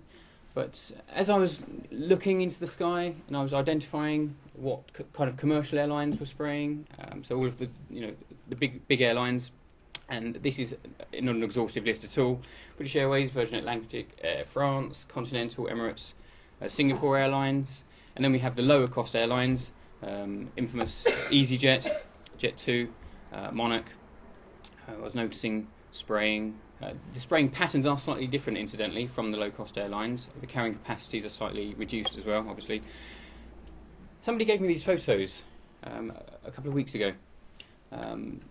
There's the engine, and here, as some of you may know, you can see a dispersal mechanism that introduces something into the emission stream. And this was confirmed to me by a fairly good authority that won't come forward, that this is the methodology as to how it's occurring. And debunkers will say, no, it's they have these pipes for oil drainage. They need to get rid of oil. I would say, why would you need particularly 3 different types of drainage outlet, for example? And you see them on Ryanair as well. This was given to me by Max. Max Bliss is a good friend of mine, another researcher in the field. And you do indeed find patents pertaining to mechanisms whereby, if you see down here, apparatus method for ejecting matter from an aircraft. This was 1992. So this just does demonstrate the engineering capability to eject fluids through this kind of mechanism. And then I decided to continue watching in different areas. I went outside Dorset, I went to London, I went to Wales, and I saw these, and these are called turnarounds. Some of you probably have seen them. Have you seen them over Liverpool? Yeah. Okay, so I was thinking, unless the pilot's forgotten somebody, it has to be military. So, and then you do some research online, and I've been speaking to many people across the world, and this is a phenomena that many people are reporting. So the planes, the military planes, and once again, you can't see these on the transponder Flight Radar 24 systems. So you'll see the plane. Typically, they're the KC-135s, laying big, super blooming chemtrails or persistent contrails. I'll flip between those 2 terminologies throughout this presentation, but essentially they're the same thing. So you see the big ones fly over between, anyone get up early in the morning, 4, 6 o'clock? 7 o'clock. Yeah, you see the big ones? Yeah. Yeah. And then the big trails, and then they lay the foundation, and then between, let's say, 6, 7 o'clock in the morning and midday, then you'll have the commercial jets typically come in if they're implementing a spraying program on that, a significant program on that particular day. KC-10s, KC-135s, C-141s, Boeing 747s also been reported. These are circumstantial photos that just demonstrate the capability to outfit a plane. Some of you have seen images like this online with tanks in various places, electronic equipment.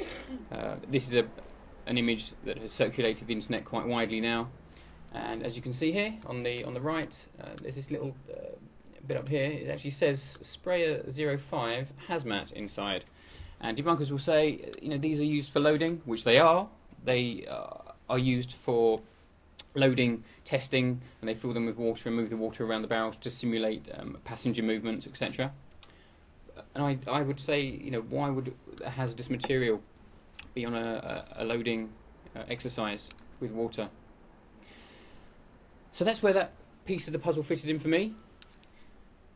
So I thought, well, let's start digging around into the military aspect of this and see what we come up with.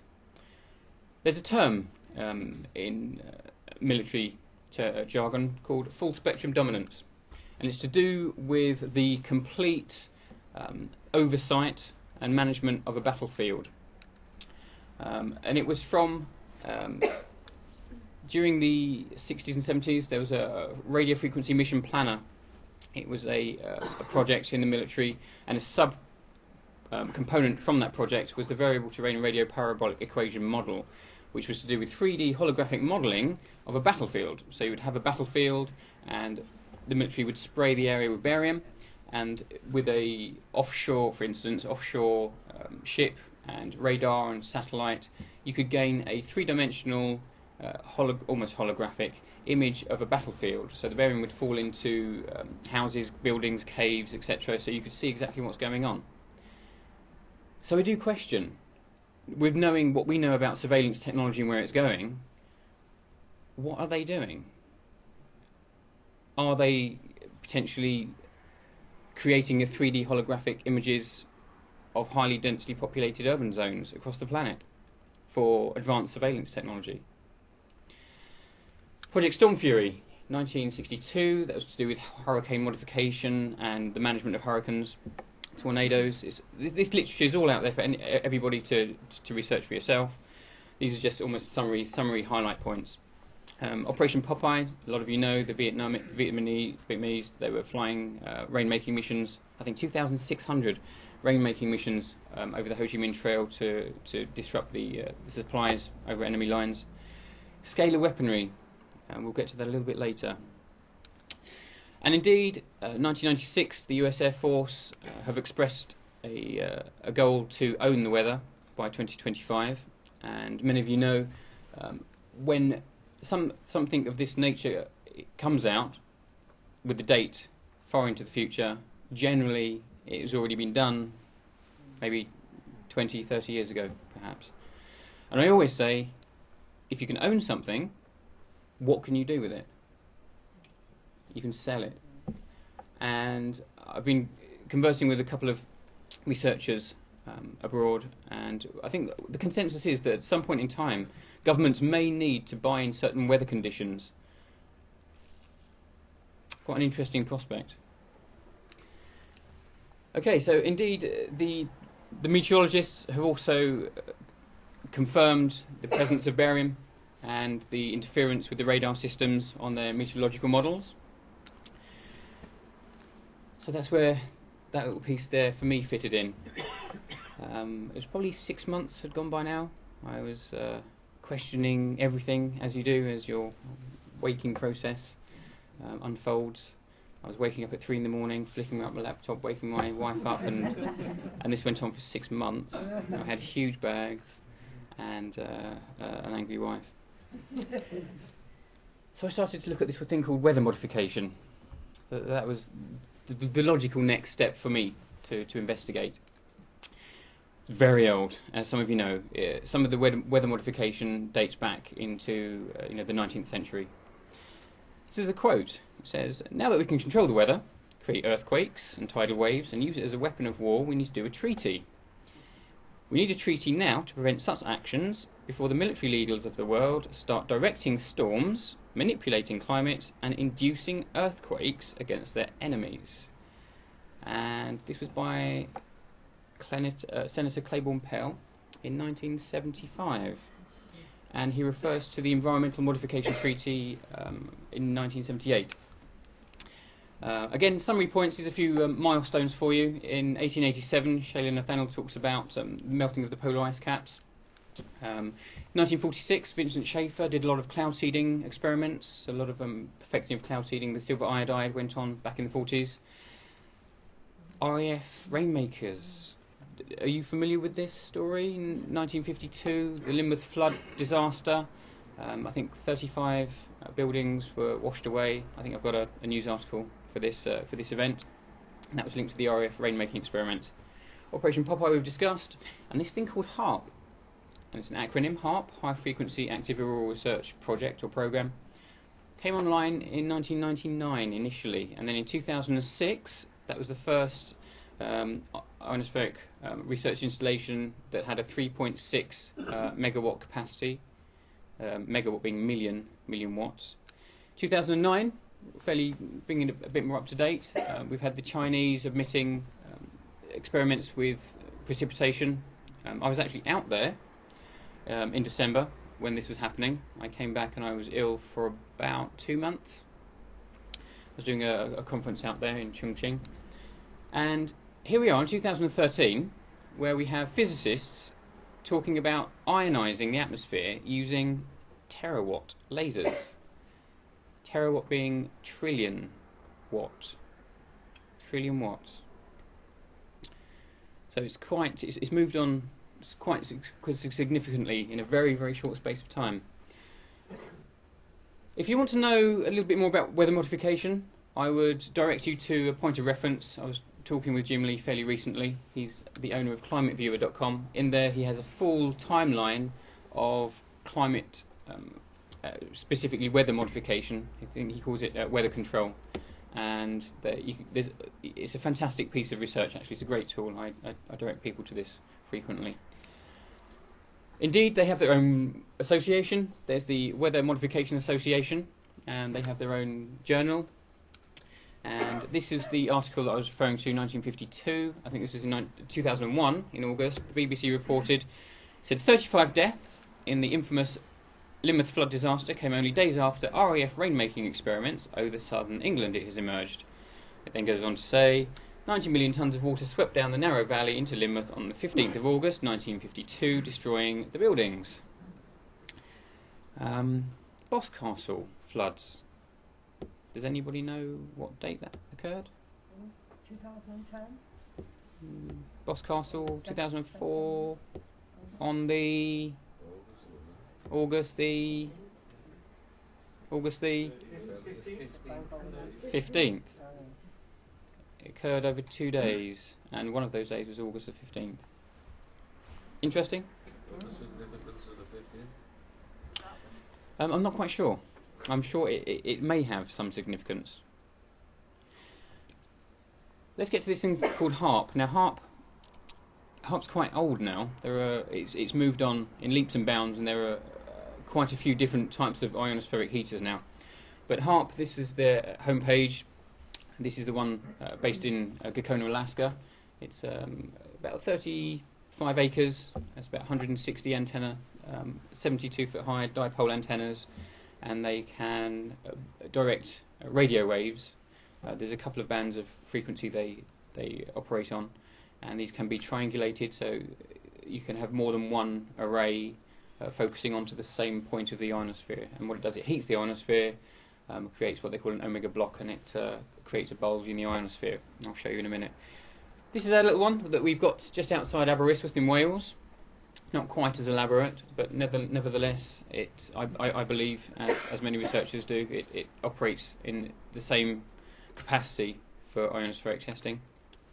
So it sends up a column of warm air, essentially, heating the ionosphere, and it makes a bulge in a portion of the ionosphere, and you get displacement, so you get a rush of air filling that void. So very often, when you see a heavy spraying program, then you'll see the harp rattling through the clouds as you do, leaving a signature. And maybe between 24 to 72 hours, I have very often witnessed fairly windy conditions. Now that's something for you to look out for. So this is the jet stream. There's Florida here. So the natural flow of the jet stream is the top blue line. So you put a block in here, and then you'll have a redirecting of the jet stream. And for those of you who don't know what the jet streams are, there are 3 jet streams that run around the planet. Essentially, they carry most of the moisture around the world, and these jet streams bring in significant weather fronts. So when you see something like this, and this was in June this year, I ask questions. And you can see this big dogleg occurring. Has anyone heard the frequency of HAARP? If you could hear HAARP, it would sound something like this. That's highly annoying, so I'm going to stop that. And this is one pollution that is probably one of the most significant pollutions at the moment, I think. But because it's invisible, because you can't see it, smell it, taste it, feel it even, you don't know it's there. We could be here for 2 or 3 days talking about EMF, electromagnetic frequencies. So this gives off radio frequencies, and they have been used for many purposes, one of which is mind control, funnily enough. And when I say mind control to lay people, they kind of frown and say it's a load of garbage. But actually there are patents for mind control I can show you later. HAARP, so when the frequencies interact with the clouds, many of you are starting to see or have seen these frequency signatures in the clouds. This was in Somerset. A good friend emailed me this photograph fairly recently. Unnatural, I think so. Unnatural, definitely. This is an interesting one. And for people who I sometimes come into contact with who still are questioning the effects of radio waves, microwaves, I send them this just to highlight the point. This is the game changer. There's been a development in the way persistent contrails are being implemented, and it's quite alarming, because I've seen them now go from a full, complete persistent contrail, the typical caterpillar-like shapes that we see, to nothing within the space of about 20 minutes. If the frequency, the radio frequencies from the ionospheric heating technology interact with these persistent contrails fairly soon, they can be dissipated very, very quickly. Today I saw, this is in Dorset, I saw trails being laid that are very faint, but yet they dissipated probably within the space of 2 or 3 minutes. And some of the cloud conditions in Dorset today were some that I've seen on many of occasions when there has been typical spraying like this. I'm going to keep a close eye on this development, but if we do get to a point, and they have been working on an invisible chemtrail for a long time now, and I think they are getting to the point where they are creating invisible chemtrails. Okay, let's move on. This thing called geoengineering kept on popping up as I was doing my research, and geoengineering is defined as the deliberate intervention in the Earth's climate system in order to moderate climate change. That's the Royal Society definition. Chemtrails, again, chemtrails are not geoengineering. Geoengineering is a suite of technologies that can be implemented in order to change the climate system. So we've got carbon dioxide removal and solar radiation management. They fall into 2 categories typically, and we are looking at the aerosols and the cloud seeding. But they've also got the iron fertilization in the sea, with the algae blooms. We haven't got time to go into that. Genetically modified crops and trees. It's also to do with reflectivity, what they call albedo, making things more reflective. So we're told that geoengineering is there to inject sulfur dioxide, into the atmosphere to reflect particles, to cool the planet, reduce solar radiation. So that's the official line. Many people have written to the government, and this is just one sample of many that we could have pulled up.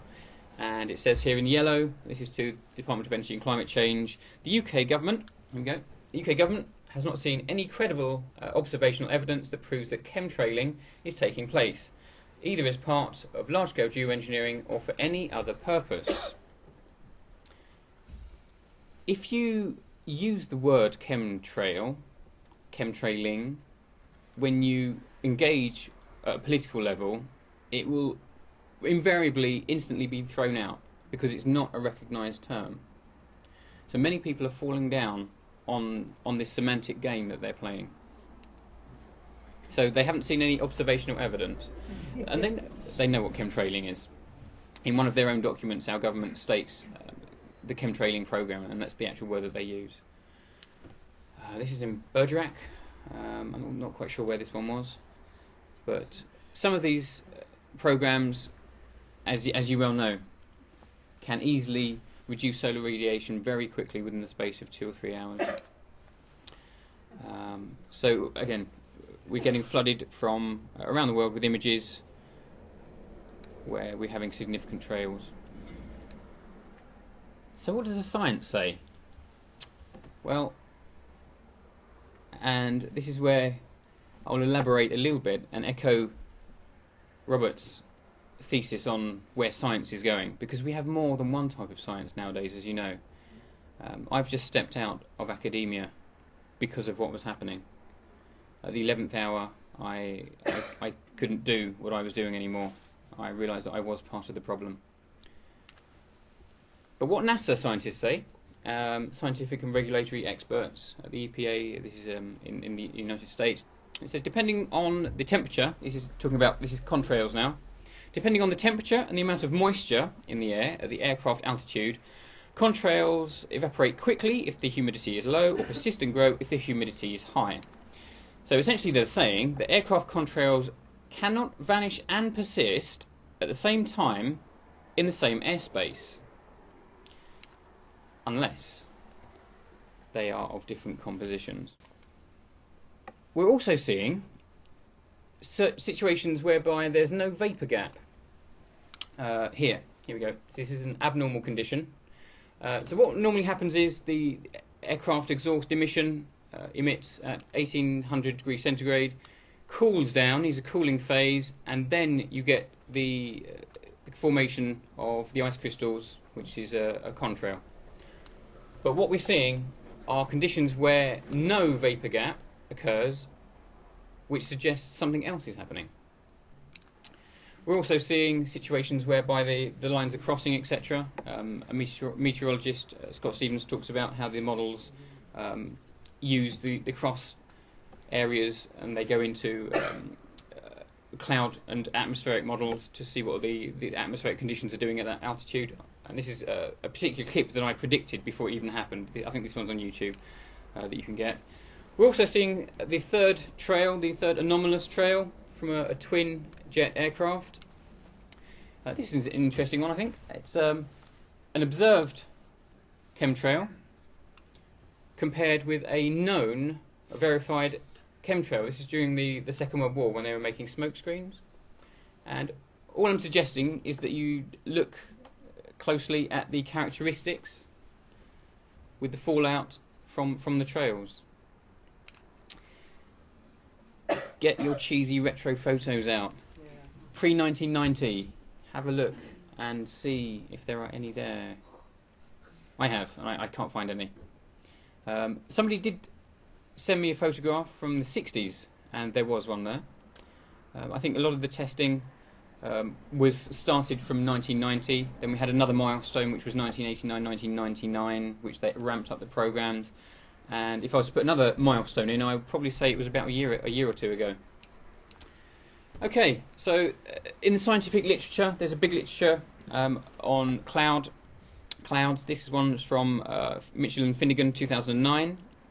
It says in here, the most studied geoengineering option, stratospheric injection of sulfate aerosols, has some drawbacks, such as 1. Increasing the rates of stratospheric ozone destruction, higher costs of injecting sulfur compounds into the atmosphere, 3.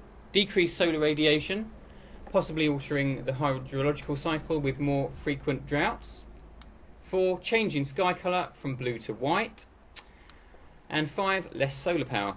Then it goes on to say, perhaps the greatest drawback to this and any other geoengineering option is that it may divert political will and resources away from mitigating strategies designed to blah blah blah. It says that if we're going to use geoengineering, people think that they can just carry on using energy at the same rate, etc. So it may not have any overall benefit. So this is an ambition within academia of the significant detriments to the environment. In 2010, the BBC reported on a study, Hayward et al. In 2009, and what they did in this study is they looked at a formation of persistent contrails just off the east coast of Newcastle, and these are run in increments, so there they are in red. These are what they call tracers, so these points where they cross would go into the meteorological model to see what's happening at altitude, and this is run in, I think, hour to an hour and a half increments. So we have an admission by scientists that they are experimenting with aerosols within the literature. I'll just do that again quickly. There you go. 1 hour, 2 hours. I think it's about 3.5 hours. 4, 5. There you go. Okay, so that was where this kind of science, for me anyway, fitted into the puzzle. And so I thought, well, let's have a look and see what patents there are. And there are, in fact, there are over about 500, but it's essentially I've kind of figured out maybe 300 direct patents that pertain to geoengineering and weather modification, etc. This is a patent from 1991. It's called Stratospheric Welsbach Seeding for Reduction of Global Warming. And in this patent, it says, add the tiny particles to the fuel of jet airliners, aluminium oxide, thorium oxide, 10 to 100 microns in range, and the average hair is between 60 and 110 microns. So this is the type of magnitude that we're looking at. So these can penetrate mucus and membranes within the human organism. Another patent. This is a patent pertaining to the HAARP technology. Method and apparatus for altering a region in the Earth's atmosphere, ionosphere and or magnetosphere. And it says weather modification is possible, for example, altering upper atmosphere wind patterns or altering solar absorption patterns by constructing one or more plumes of atmospheric particles which will act as a lens or focusing device. So again, there we have express patents, and I think this one does actually refer to the work of Tesla. We could have been here for a long time on this patents thing, but for the sakes of our timings, we've only got a couple there. One would expect to see fallout. The geoengineers expressly say that there will be fallout. David Keith has gone on record. For those of you who don't know, David Keith is one of the head geoengineers from Harvard, and he's in a talk recently where he says that they're going to thinking about injecting sulfates into the stratosphere, which will then flow down into the troposphere and will cause pollution and will make people ill. Actually, he actually says will kill people. And then he goes on to say a colleague and his are doing calculations into finding out the magnitudes of how many people will be killed. So yes, what goes up must come down. So we find international data that supports the theory that what we're finding in drinking water, rain, snow, air, soil, human samples. I was talking at a medical institute in Germany last month, and the doctors and neurosurgeons were saying, we've got all this data, we've got the bloods from people, high levels of barium and aluminium typically, what's happening? And they had the big puzzle in question. They had the data to support what I'm investigating and what we've seen, but they weren't au fait with the wider agendas. So I went over there to talk to them, and at half time, it was a 3-hour conference because it was being translated as well. And at half time, a German doctor approached me and she said, "David, is it true? Is what you're saying true?" And I said, "It is. Sadly, it is true. This is what's happening." And she started to cry. I felt awful, but I comforted her and said, this is not to distress you or cause you, excess fear or whatever, but you need to be aware of what's happening, and you need to start taking precautions, and you need to know about this. So yes, we are finding samples all across the world. Now, this thing where I said, chemtrails is not geoengineering is not chemtrails. What I want people to get to grips with is, let's say, chemtrails. The chemtrails are part of 3 major programs that I kind of identified. So we've got the geoengineering, which is the expressed goals of the stratospheric aerosol injection, weather modification, and the military operations. Now, generally, most things of this ilk stem from the military, and when you look back into the history of this, you come up with this first, obviously. But the chemicals themselves, obviously the sulphur they've expressed in their reports. This is from the Royal Society. Aluminium, they're now saying off reports, they're saying, well, we think about aluminium because it's got a higher radiative forcing effect per volumetric area, etc. So they're saying it's more effective. Barium, strontium, salt, cloud whitening. They're thinking of cloud whitening out at sea. And of course, you put sodium chloride into the atmosphere, the wind's bringing it inland, and then we've got, salt, saturated landscapes. Lovely. Silver iodide. So this is weather modification. Silver iodide, barium again, nitrogen, nanosilver, and pedrochlorobenzene. And military operations, aluminium coated fiberglass. Some of you know that's also known as chaff. Little bits of strips of either plastic or paper coated with barium. Barium salts. So this is the program that I mentioned right at the beginning with the 3D holographic imaging. So they've been injecting barium into the atmosphere for a long time, I believe. Sulfur hexafluoride. Another nasty that NASA mentions on their website. Trimethyl aluminium. In total, there's probably about 49 chemicals that have been identified. Can we say that they're all from the aerosol program? No.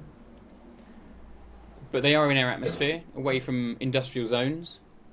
Thorium, cadmium, lithium. I can tell you a story about lithium off camera. Titanium, magnesium, arsenic, lead. And there's another class of particulates that some of you know about that I am now 100% convinced that is being deployed. Polymer nanofibers, desiccated erythrocytes, so that's freeze-dried red blood cells, plasma, mold spores and fungus. The mold spores and fungus thing has been happening for decades, I believe, and I'll show you evidence of that. So there is a kind of snapshot of the chemicals that are being reported. And this is just one example of many that I could have pulled up. Here we go, Lincolnshire. So we should have no to 0.5 micrograms per litre of aluminium in rain, for example. It's just not naturally occurring in rain. But we've got figures obviously way above. They speak for themselves. I'm not going to labour the slide. 61,100 in California. Okay, so for me, again, that's where the samples thing, the picture's building. For me, this was probably, 6-8 months in. My laptop battery was kind of diminishing in capacity by now. And I decided, well, what's happening to the environment? What's going on? We can all see what's happening with our own eyes. We've got the samples coming in, we've got the science, we've got the patents. what are the implications and what are the impacts? And again, this is a summary slide. I haven't got time to provide supporting data for all of these points. But yes, our water is being acidified. pH soil values are being moved towards from acidic to neutral. So most people think neutral is good in soil. No, for the botanists out there and biologists, you know that we need acid soils mostly to grow productive yields. So neutral in soil terms isn't great. Crop failure. There's been Harvard studies that talk about crop failure due to solar radiation diminishment. Tree deaths, huge thing that's happening. I've got many people who have been in contact, tree surgeons, saying that all of our trees across all species, something's going on. The Royal Horticultural Society know what's happening, I believe. During the summer, I know it's a bit late now, but in August, if you looked at many of the plant species, the hedges, the trees, even some of the hardy trees were showing signs of stress. And again, can we say it's because of this program? We can't with 100% certainty. Is it indicative? I'd say absolutely. Where are we? Ozone depletion, degraded air quality, declining marine life, and of course our poor bees, our pollinators are suffering. And again, with this slide I always say, out of all of these issues, horrific as all of them are, this is the one that gets me. Degraded air quality. You can choose what you eat, you can choose what you drink, you can choose what you consume, etc, etc. You just can't. No, when this really hit me, the fact that you can't, there's no autonomy. You have to breathe the air in your immediate vicinity. I've been in contact, again, people email me and say, David, it's horrific today, and they actually don't go out. They wear high density fibre masks. For some people with a delicate psychology, this is affecting them seriously. UK Forestry Commission, it says, I think this is on their homepage, it says, with a recent increase in findings of new pests and diseases, it's clear that Britain's trees are facing unprecedented threats. Our science indicates that the climate change will create the conditions for even more pest and disease activity. And we'll get onto the solar radiation reduction in a minute. So again, I think this is the ozone. Have you noticed that you can now get burnt in winter? Yeah. Easily. Many people across the planet are reporting burning now. You just pick a clear day. It's lucky. Pick a clear day. Just sit out of the wind and just experience the intensity of the UV. Whether you agree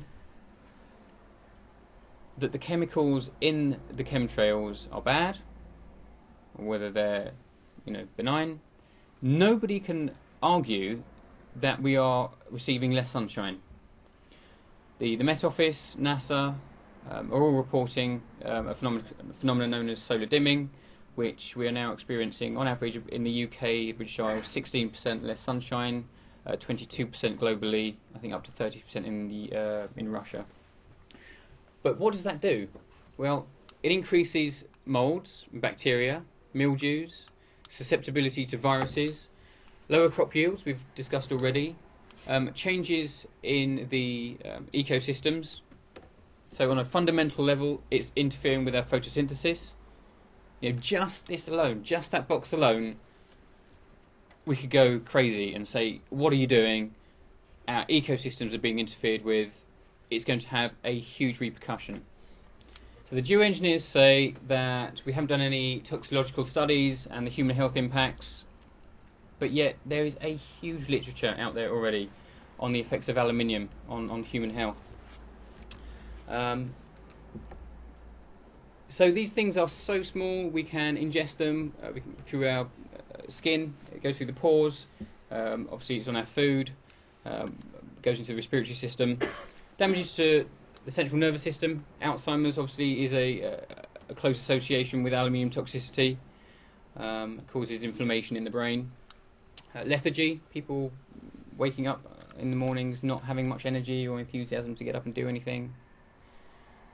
Memory loss, severe trembling, pulmonary fibrosis, lung damage. This is a slide just demonstrating the increase in Alzheimer's at the moment. I'm sure most people in here know somebody with Alzheimer's or a friend with Alzheimer's. Barium, this is an interesting one. It whacks our immune system. Continual exposure to barium takes down our immune system. So it leaves us open to a host of traditional diseases. It also attacks the heart. So people are experiencing weak and aching muscles when they wake up in the morning after heavy spraying activity. Stomach irritation, changes in nerve reflexes, breathing, depletes potassium as well. That's an interesting one. And on the lesser end, we've got the headaches, the dry eyes and the sore throat that most people who have contacted me who are sensitive to heavy spray days are reporting. Again, this is a summary of the conditions: headaches, colds, sinuses, viruses, asthma, muscle weakness, eye irritation, autoimmune. Autoimmune's huge for those of you who know. Memory, SAD, chronic bronchitis, liver damage, Alzheimer's, we've got the dementia, heart complaints and cancer. Okay, so we're getting there. So what does the government do? What's their official position? So the fifth assessment report, this is fairly current, talks about geoengineering for the first time. So the IPCC's fifth assessment report says that geoengineering has been proposed. It then goes on to say there is insufficient knowledge to quantify how much CO2 emissions could be partially offset by carbon dioxide removal on a century timescale. Modelling indicates that solar radiation management methods, if realisable, have the potential to substantially offset global temperature rise, but they would also modify the global water cycle. It's really important, that modify the global water cycle, so places will experience droughts, and that's admitted, and would not reduce ocean acidification. If solar radiation management were terminated, and this is key, get this, if solar radiation management were terminated for any reason, there is high confidence that global surface temperatures would rise very rapidly to values consistent with the greenhouse gas forcing. So what they're saying is once we've started, we can't stop. David Keith, he's in the UK, I think, fairly shortly, later on this week, I believe. He's released a book, Case for Climate Geoengineering. So this is his position, I believe, as a kind of a PR to slide this towards the public and obtain the most reduced backlash possible. In his book he says, talking about geoengineering, solar geoengineering, its effects are unequivocal, so even if it makes many farmers better off, others will be worse off. It's so cheap that almost any nation could afford to alter the Earth's climate, a fact that may accelerate the shifting balance of global power, raising security concerns that could, in the worst case, lead to war. If misused, geoengineering could drive extraordinarily rapid climate change, imperiling global food supply. And when I pick out the key words, when I read this, these are the words that really jump out to me. Okay? I know we're a little bit short of time, so I'm going to pass this clip, maybe in the Q&A if we've got time afterwards. This is the Porton Down experiments between 1959 and 1979. Many of you know that Britain was sprayed with zinc cadmium sulfide and other bacteria. There were numerous programs, spraying programs. Dorchester in Dorset, funnily enough, just down the road from me, copped it, and they received a significant level of zinc cadmium sulfide. Yeah, maybe if we've got time we'll play that at the end. But in response to that, questions were raised by the public and the government, the public and MPs to the government at that time, and the question was simple. It said, would the Ministry of Defence still conduct trials of this nature in the future? And I want you to really understand the magnitude of their response. They said, in the event of a military question arising which could only be answered by conducting open-air trials in areas which may involve the general public, ministers have made it clear that they cannot rule out conducting larger-scale trials in the future to try to ensure the protection of the UK from attacks by people of states using chemical and biological weapons. All of the documents are online for you to research. If you type in fact, I'll give you giving out little slips. I'll get to that later though, and I'll give you all the references to what you need to find. Whistleblowers are in inverted commas. I think some of them are slightly more credible than others, but these are the commentators that have spoken up about the chemtrail program. Ted Gunson is a chief FBI agent. Kristen Megan, some of you are familiar with. She was an environmental biologist in the Air Force. A.C. Griffiths, Pernilla Hagberg, she was a Swedish politician, no longer. She talks about geopolitics and weather modification being part of this. A doctor has come out on record now saying he's treated the pilots. The German climatologists, Alan Buckman, Bill van der Zalm has come out recently again. He was from Canada talking about the chemtrail program. Not quite sure about the whole Edward Snowden story. I'm still undecided, to be honest. Probably doesn't exist. Okay, we're getting there. Public opinion. This is the first stumbling block. When you say to people, look at the sky, isn't it? It's not natural, persistent contrails, chemtrails. They do this, and some people just can't get over this page. Literally, they read the first 2 lines, and you're the nutter, and they never look at it again. Cloud book. This is a cloud book from Richard Hamblin, 2008, and this is under the a contrail section, and he goes on to talk about contrails, and this is it. He doesn't say what type of contrails, he just says contrails. So factually he's correct.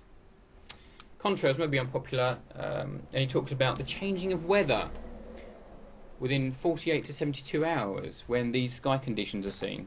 Interesting. And again, in his book he talks about the crossing of contrails.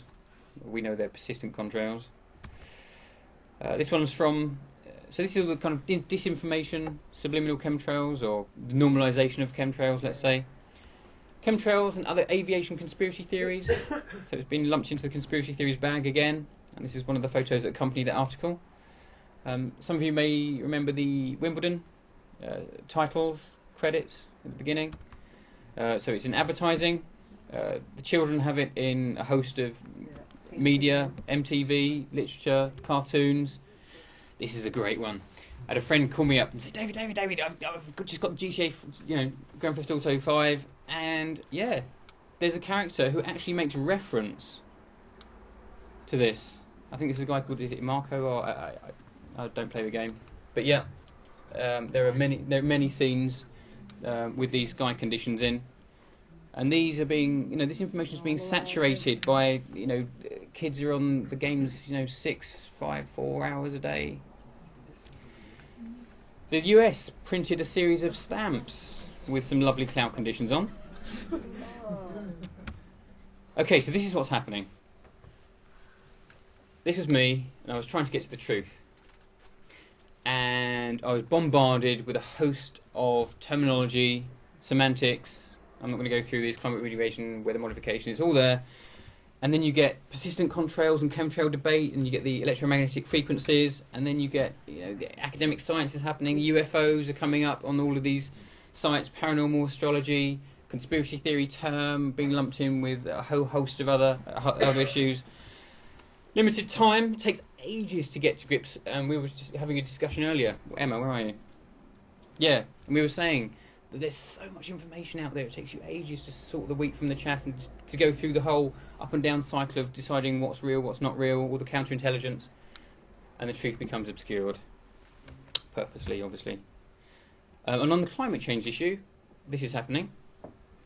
I'm not going to labour this slide, but it's a meltdown, everyone thinks it's their fault. So, there are climate change carbon taxes. Many of you know Australia's having horrendous problems with the personal carbon tax at the moment.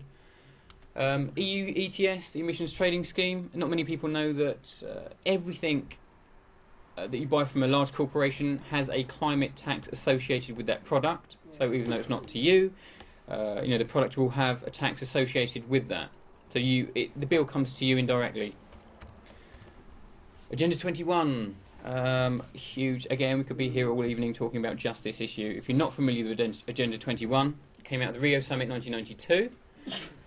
It's a worldwide action plan implemented at a local level to inventory and control all land, all water, all minerals, all plants, all animals, all construction, all means of production, all energy, all education, all information, all human beings across the world. And it's a total inventory and control strategy orchestrated, as you know, by the United Nations. And in the report it says decisions should be based on environmental impact through three main components. It says global land use, global education, and global population control and reduction. And when I read this first time, the reduction thing didn't quite twig until I sort of sourced this out. This is from the United Nations again, the Eco Earth Charter. The present vast overpopulation, now far beyond the world carrying capacity, cannot be answered by future reductions in the birth rate due to contraception, sterilisation and abortion, but must be met in the present by the reduction of numbers presently existing. This must be done by whatever means necessary. I'm short on time, so I'm not going to go through this one. This is the NSM Kissinger report. It also talks about using food in order to control populations. So obviously the whole food thing.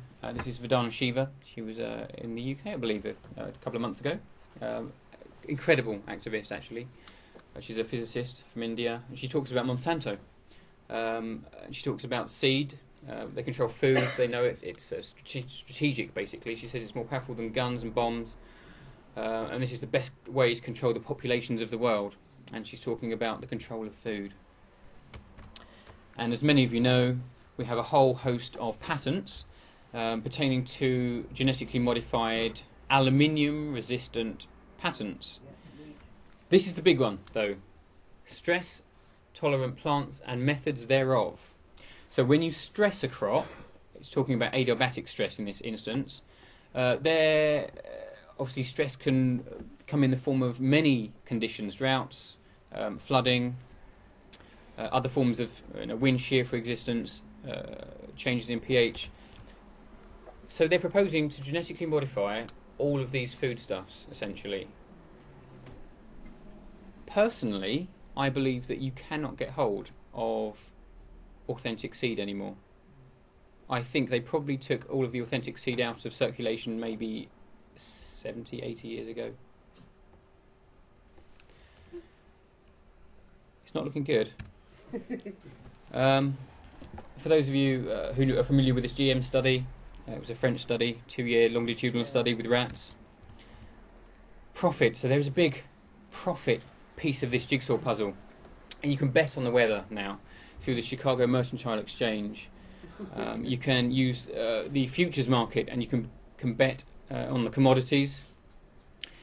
Energy companies, so if you have the ability to control weather fronts, you can prolong the warm seasons for air conditioning, prolong the cool season for heating. Monsanto investing in Climate Corp, $930 million. Monsanto investing in weather. The Rothschilds, this is investing in Weather Central LP. It does sound conspiratorial, but nevertheless it's there. And Weather Central are the world's leading provider in graphics. So obviously if you're manipulating weather, you need to essentially cover your tracks, don't you? And this is a CIA backing a $630,000 study into weather control. We're nearly there. Geopolitics. Big geopolitical piece of this puzzle, I believe. And again, this is our glorious, brave Pernilla Habberg saying that these trails contain a multitude of chemicals, viruses and heavy metals, such as aluminium, that influence the weather. This is a controversial and extremely sensitive issue that is very interesting to examine. And she says, I know that there are several politicians who want to, but do not dare. To be able to control the weather and use it for their own purposes is very advantageous for power structures. Nearly there. What do you think the last piece is? Anyone? People? Us. Someone said us. Yeah, it is. I got to the point where I thought, you know, I'd put all of these pieces together the best I could. By no means complete. I'm still, you know, everybody is still on this trail of learning, digging up information from the past, and it is us, I believe, that is the last piece of the puzzle. Has anybody done a double-sided jigsaw? Yeah, you know when you make the puzzle, you flip it over, and then it's one of these. And this is what you get, basically, if you put all of those pieces together, I think. And obviously, I decided to act.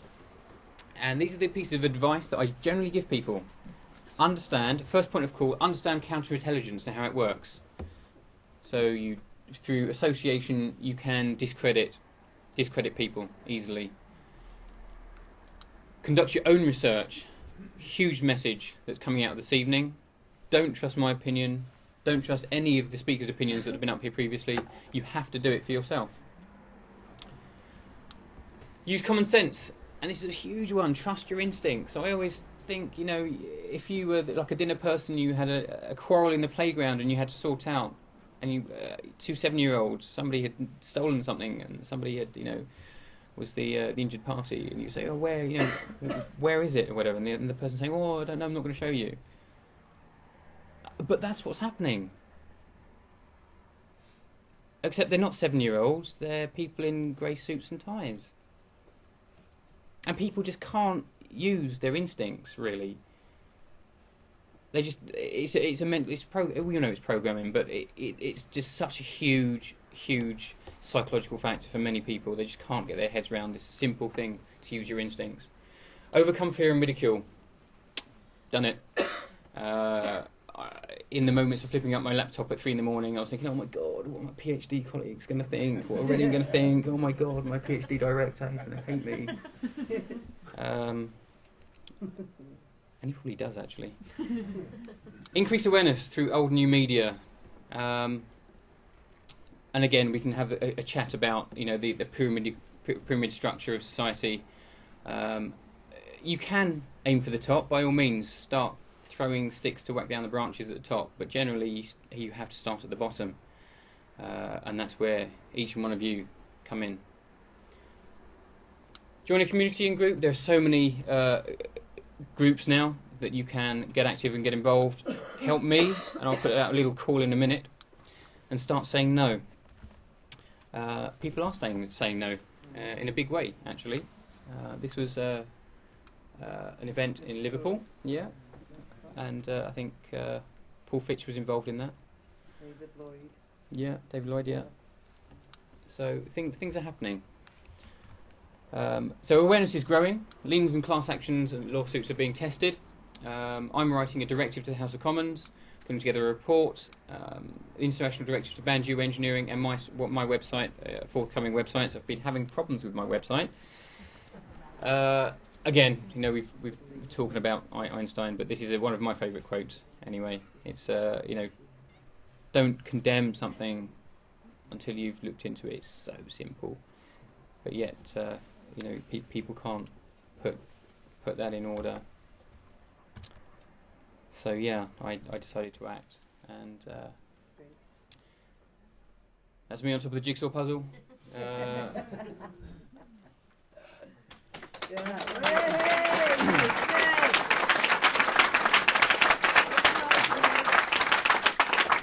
But yes, thank you for having me. Yes.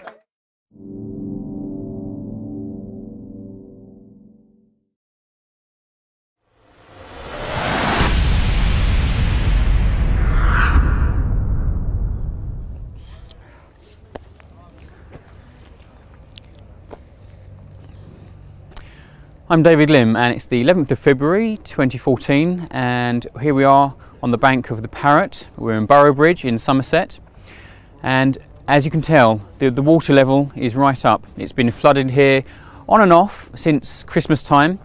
The population, the local community have been evacuated, many of them, in many of the villages. So what's happening? What is going on? A lot of people have been discussing the weather.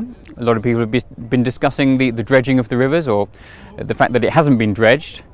So we've had lots of media down here recently. The Sky, we've had BBC cameras. So it all started with Owen Paterson coming down last Monday. He's the Environment Secretary. He didn't speak to any of the public about it. And then that was followed by Prince Charles, and subsequently David Cameron has been down here, Nick Clegg has been down here, Nigel Farage, and here we are today. We've just spent an afternoon at the King Alfred pub discussing about what we're going to do in terms of raising awareness in the community to maybe what might be happening. So what might be happening is that our climate is being changed. Recently, the United Nations admitted that 42 countries worldwide are now actively modifying weather. So for example, if hail suppression programs are being conducted in Germany, let's say, and we've got easterly winds blowing in, the jet stream moving this moisture, this sequestered moisture over parts of the UK, that moisture will drop somewhere. And many researchers are now asking, are these weather modification programs wreaking havoc among communities like this on low flooding plains? Now, tying another part of the puzzle, the policy puzzle into this, is Agenda 21. Now, out of the Rio Summit, the Earth Summit in Rio, in 1992, a policy document came about discussing biodiversity, sustainability, and the need to increase biodiversity in terms of areas looking at birds. And this has been nominated, one of the areas, Somerset has been nominated one of the areas in which biodiverse areas have to increase. So in 1992, a policy document came down, implemented at UK level. So in 2005, a policy document entitled Making Space for Water was published, and then in 2008, Managing Flood Risk, specifically talking about the parrot. And in that 2008 report, the Environment Agency put out, was talking about using certain areas specifically to flood. Category 6, well, policy option 6, there was 6 policy options, 1 to 6, 1 being financial driven policies, 6 being biodiversity policies, and this was nominated, the Somerset levels was nominated a policy 6 option in which they quote unquote had to let certain areas flood to increase biodiversity. Now, we've spoken to some locals. A lot of them have been moved, evacuated. A lot of them here have been involved in moving sandbags, preparing food, fresh water. We've had a mixed response, to be honest. A lot of people have been forthcoming with wanting to get to grips with the information, and some people have outright disbelieved what we've been trying to articulate to them with written evidence, written reports. We've shown them the actual UK reports, we've shown them information from the United Nations, and it's the disbelief response that is puzzling. So we've got about 25 square miles of flooded area. There's about 66 million cubic meters of water. That's 66 million tons of water. And with the pumps at the moment they're shifting about 3.5 tons per second. Now the Dutch engineers have been down here with upgraded pumps, and a lot of people are now asking questions as to how long this is going to take to actually drain. A lot of people are also asking whether it's going to be drained at all in terms of the significant quantity, volume of water. That we'll just have to wait and see. Now, there's heavy rain forecasted for the next few days. So a lot of this area, the water levels, as you can see, will probably rise even more. And again, it's one of those situations where we're just waiting to see what actually happens. But for the moment, we've had our meeting. We're going to start talking to local people in the community and hope to get a few talks off the ground to actually bring the information to the people. I had a talk recently in Glastonbury. I was here last week discussing about the people, discussing the weather impacts, the geoengineering as well. For those of you who don't know what geoengineering is, it's the deliberate intervention in the Earth's climate system in order to moderate climate change. So a lot of the sky patterns that we're seeing in our skies, the persistent jet contrails are being laid by aeroplanes. A lot of the chemicals involved, aluminium oxide, barium sulfates, strontium, etc., are actually changing our weather now. So even geoengineers themselves are saying that there will be winners and losers when the geoengineering program starts. There will be areas that will be in drought, and there will be areas that are indeed flooded. And we're asking, is this one of those cases?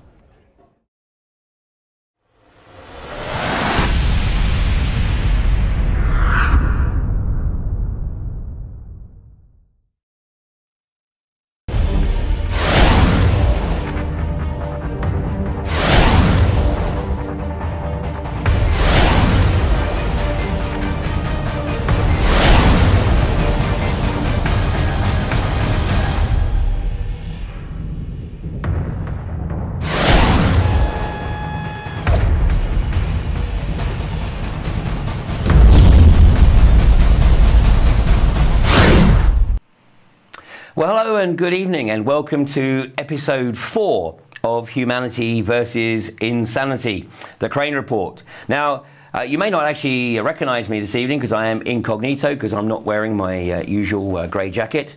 The reason being is that my grey jackets are in the north of England. They're at Barton Moss, awaiting my return there. But more of that a little later this evening, when hopefully you'll join us for Fracking Nightmare at 9 o'clock.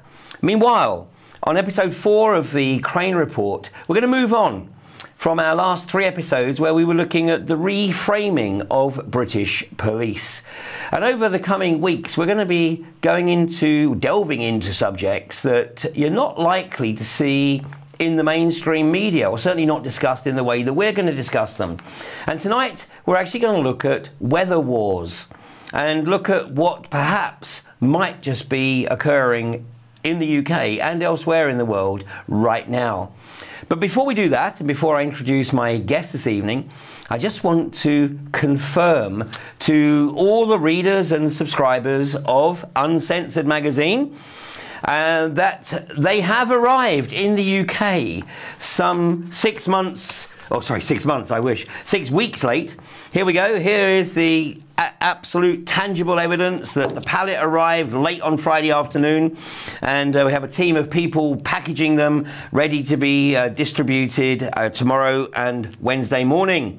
And with numbers 33 and 34 of Uncensored magazine. And to get your, if you want to subscribe, you can find the website at uncensoredmag.co.uk. And the sister publication, the New Zealand Journal of Natural Medicine, editions 10 and 11 were also on the pallet. So subscribers to these magazines, you're going to have a reading fest, because these will also be in the post later this week. And if you want to subscribe to these truly outstanding magazines, these are the magazines that Big Pharma certainly does not want you to read. You can subscribe to these on the website, which is nznaturalmed.co.uk.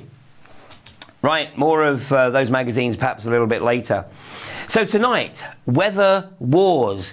It can't have escaped anyone's attention that the UK has been experiencing some rather unusual weather, and not least in the southwest of the country, where much of the Somerset levels are basically underwater.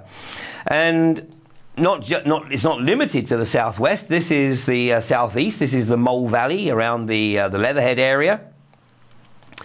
But the Somerset levels, this is one such property there where the owner has forked out some £5,000 to build a barrier around his property, making the observation that if he waited on central government or even the local authority to do anything, he'd be coming back to a property that was devastated by water. Now, the UK isn't the only country to be experiencing extreme weather. In the northeast of the United States of America and the Midwest, they've been experiencing extreme cold, with temperatures going down to about minus 40 degrees. Now, I have been in those kind of temperatures when I was in the oil industry, up on the north slope of Alaska, and let me tell you, it's cold. It's extremely cold. The difference being, of course, that in Alaska, people have the clothing for it because they expect those kind of temperatures. In the Midwest and the Northeast of the United States, I doubt whether too many people had the right clothing. In California right now, California is experiencing extreme drought, along, of course, with the deep south and the Midwest of the deep south there, around West Texas, where landowners and farmers have been running out of water and, in fact, taking the gas companies to court for extracting water from their aquifers and leaving them inadequate supplies, even for domestic use, let alone for providing them with their agricultural livelihood. And now we see the same situation in California, where once again the gas companies have been given priority over the private citizen. Of course, we've seen other areas of the world, like the Philippines, with dealing with horrendous flooding. So something is going on. There's no doubt that the weather is very, very unusual. It is extreme weather. And of course, there are a lot of people who are being perhaps a little bit overly simplistic by simply suggesting that this is directly related to climate change, to anthropogenic climate change. But perhaps there's something else going on here. Because if we look at what is occurring in the Somerset Levels in particular, then a sequence of events over the last decade or so goes way beyond the cock-up theory. It would appear that there has been a deliberate strategy to flood the Somerset Levels and perhaps even other parts of the country.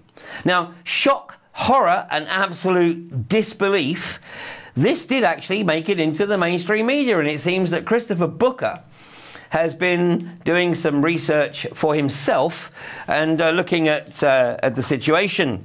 And in his article, which appeared in the Daily Telegraph, actually, in the UK on Saturday, he says, devastating evidence has now come to light. Not just that the floods covering 65 square miles of the Somerset Levels could have been prevented, but that they were deliberately engineered by Labour ministers in 2009.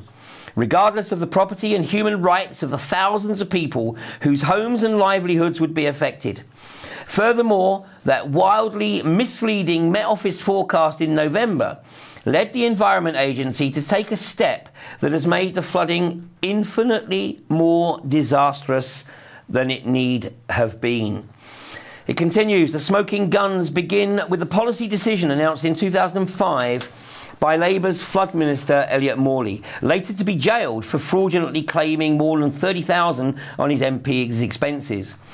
Under the heading, Saving Wetland Habitats, More Money for Key Sites, Morley directed that to comply with the EU's Habitats Directive and part EU-funded study involving the Royal Society for the Protection of Birds, the World Wildlife Foundation and the Environment Agency, flooding in Somerset should be artificially promoted because wildlife will benefit from increased water levels.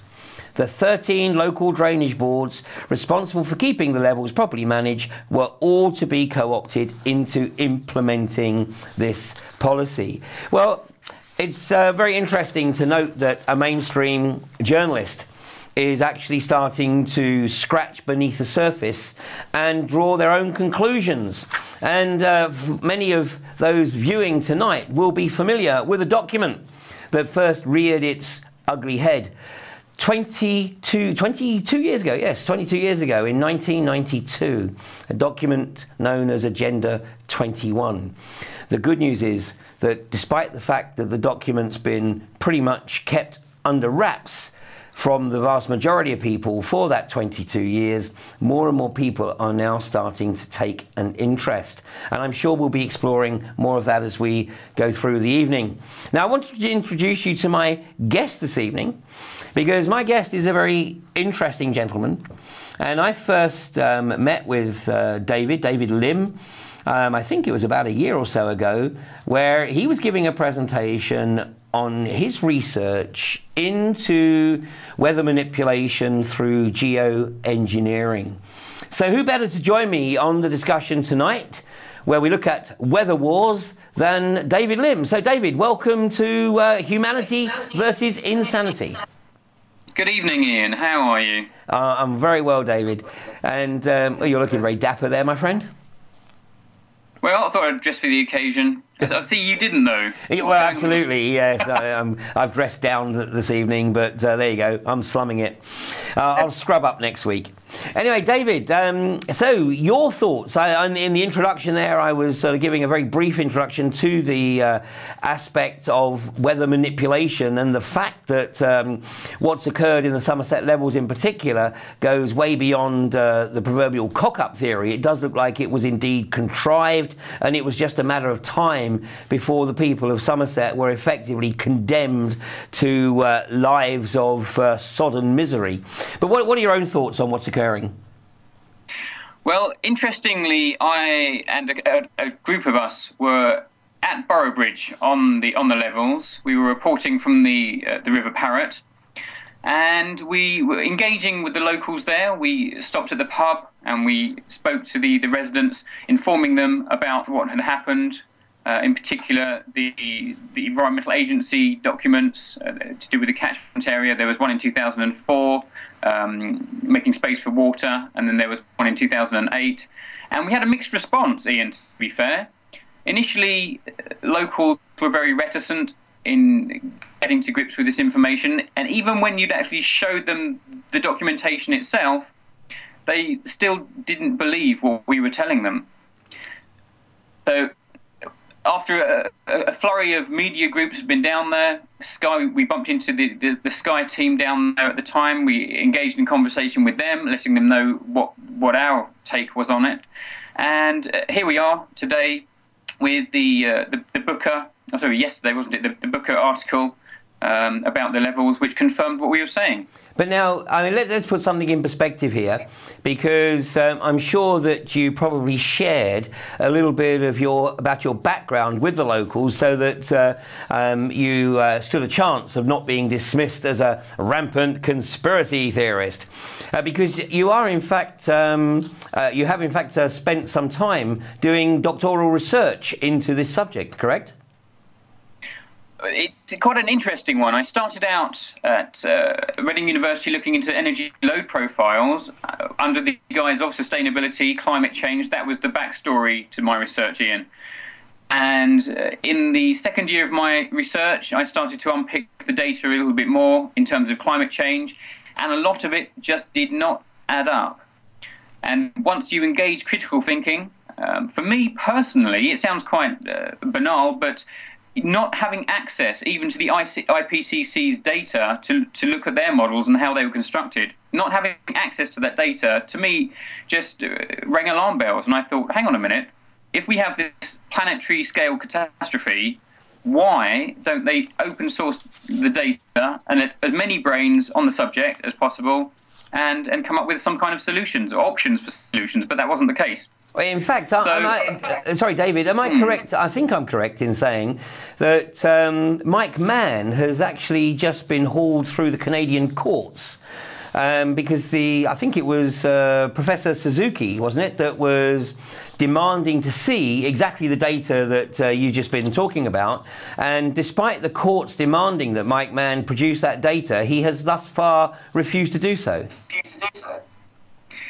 And as backing up what you're saying, the famous Mann hockey stick has been seriously discredited over the past few years.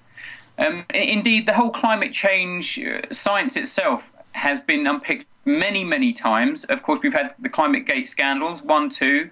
Not many people know that we've had a third ClimateGate scandal. Throughout history, we've had about, I think since 1400s, we've had about 20 periods of warming, 20 periods of cooling, and indeed the warmest year over the past century was in 1936, I believe. So the 1930s were warmer then than they are now. And we've had periods in history where the CO2 levels have been between 3 and 10 times than that they are now. So many researchers also know that CO2 lags temperature change. So we first get temperature changes, and between 800 years and maybe 2,000 years, it appears, then we start to see changes in CO2. So that's just one part of the puzzle there that you can start to unpick in confirming that the two don't correlate. CO2 does not drive temperature change. There's a great presentation for those listeners who wish to spend an evening perhaps. Don Easterbrook has put out some great information on this, and he talks about the true data, the data that hasn't been manipulated, and puts the pieces together quite well. And he holds a very convincing argument as to what has happened.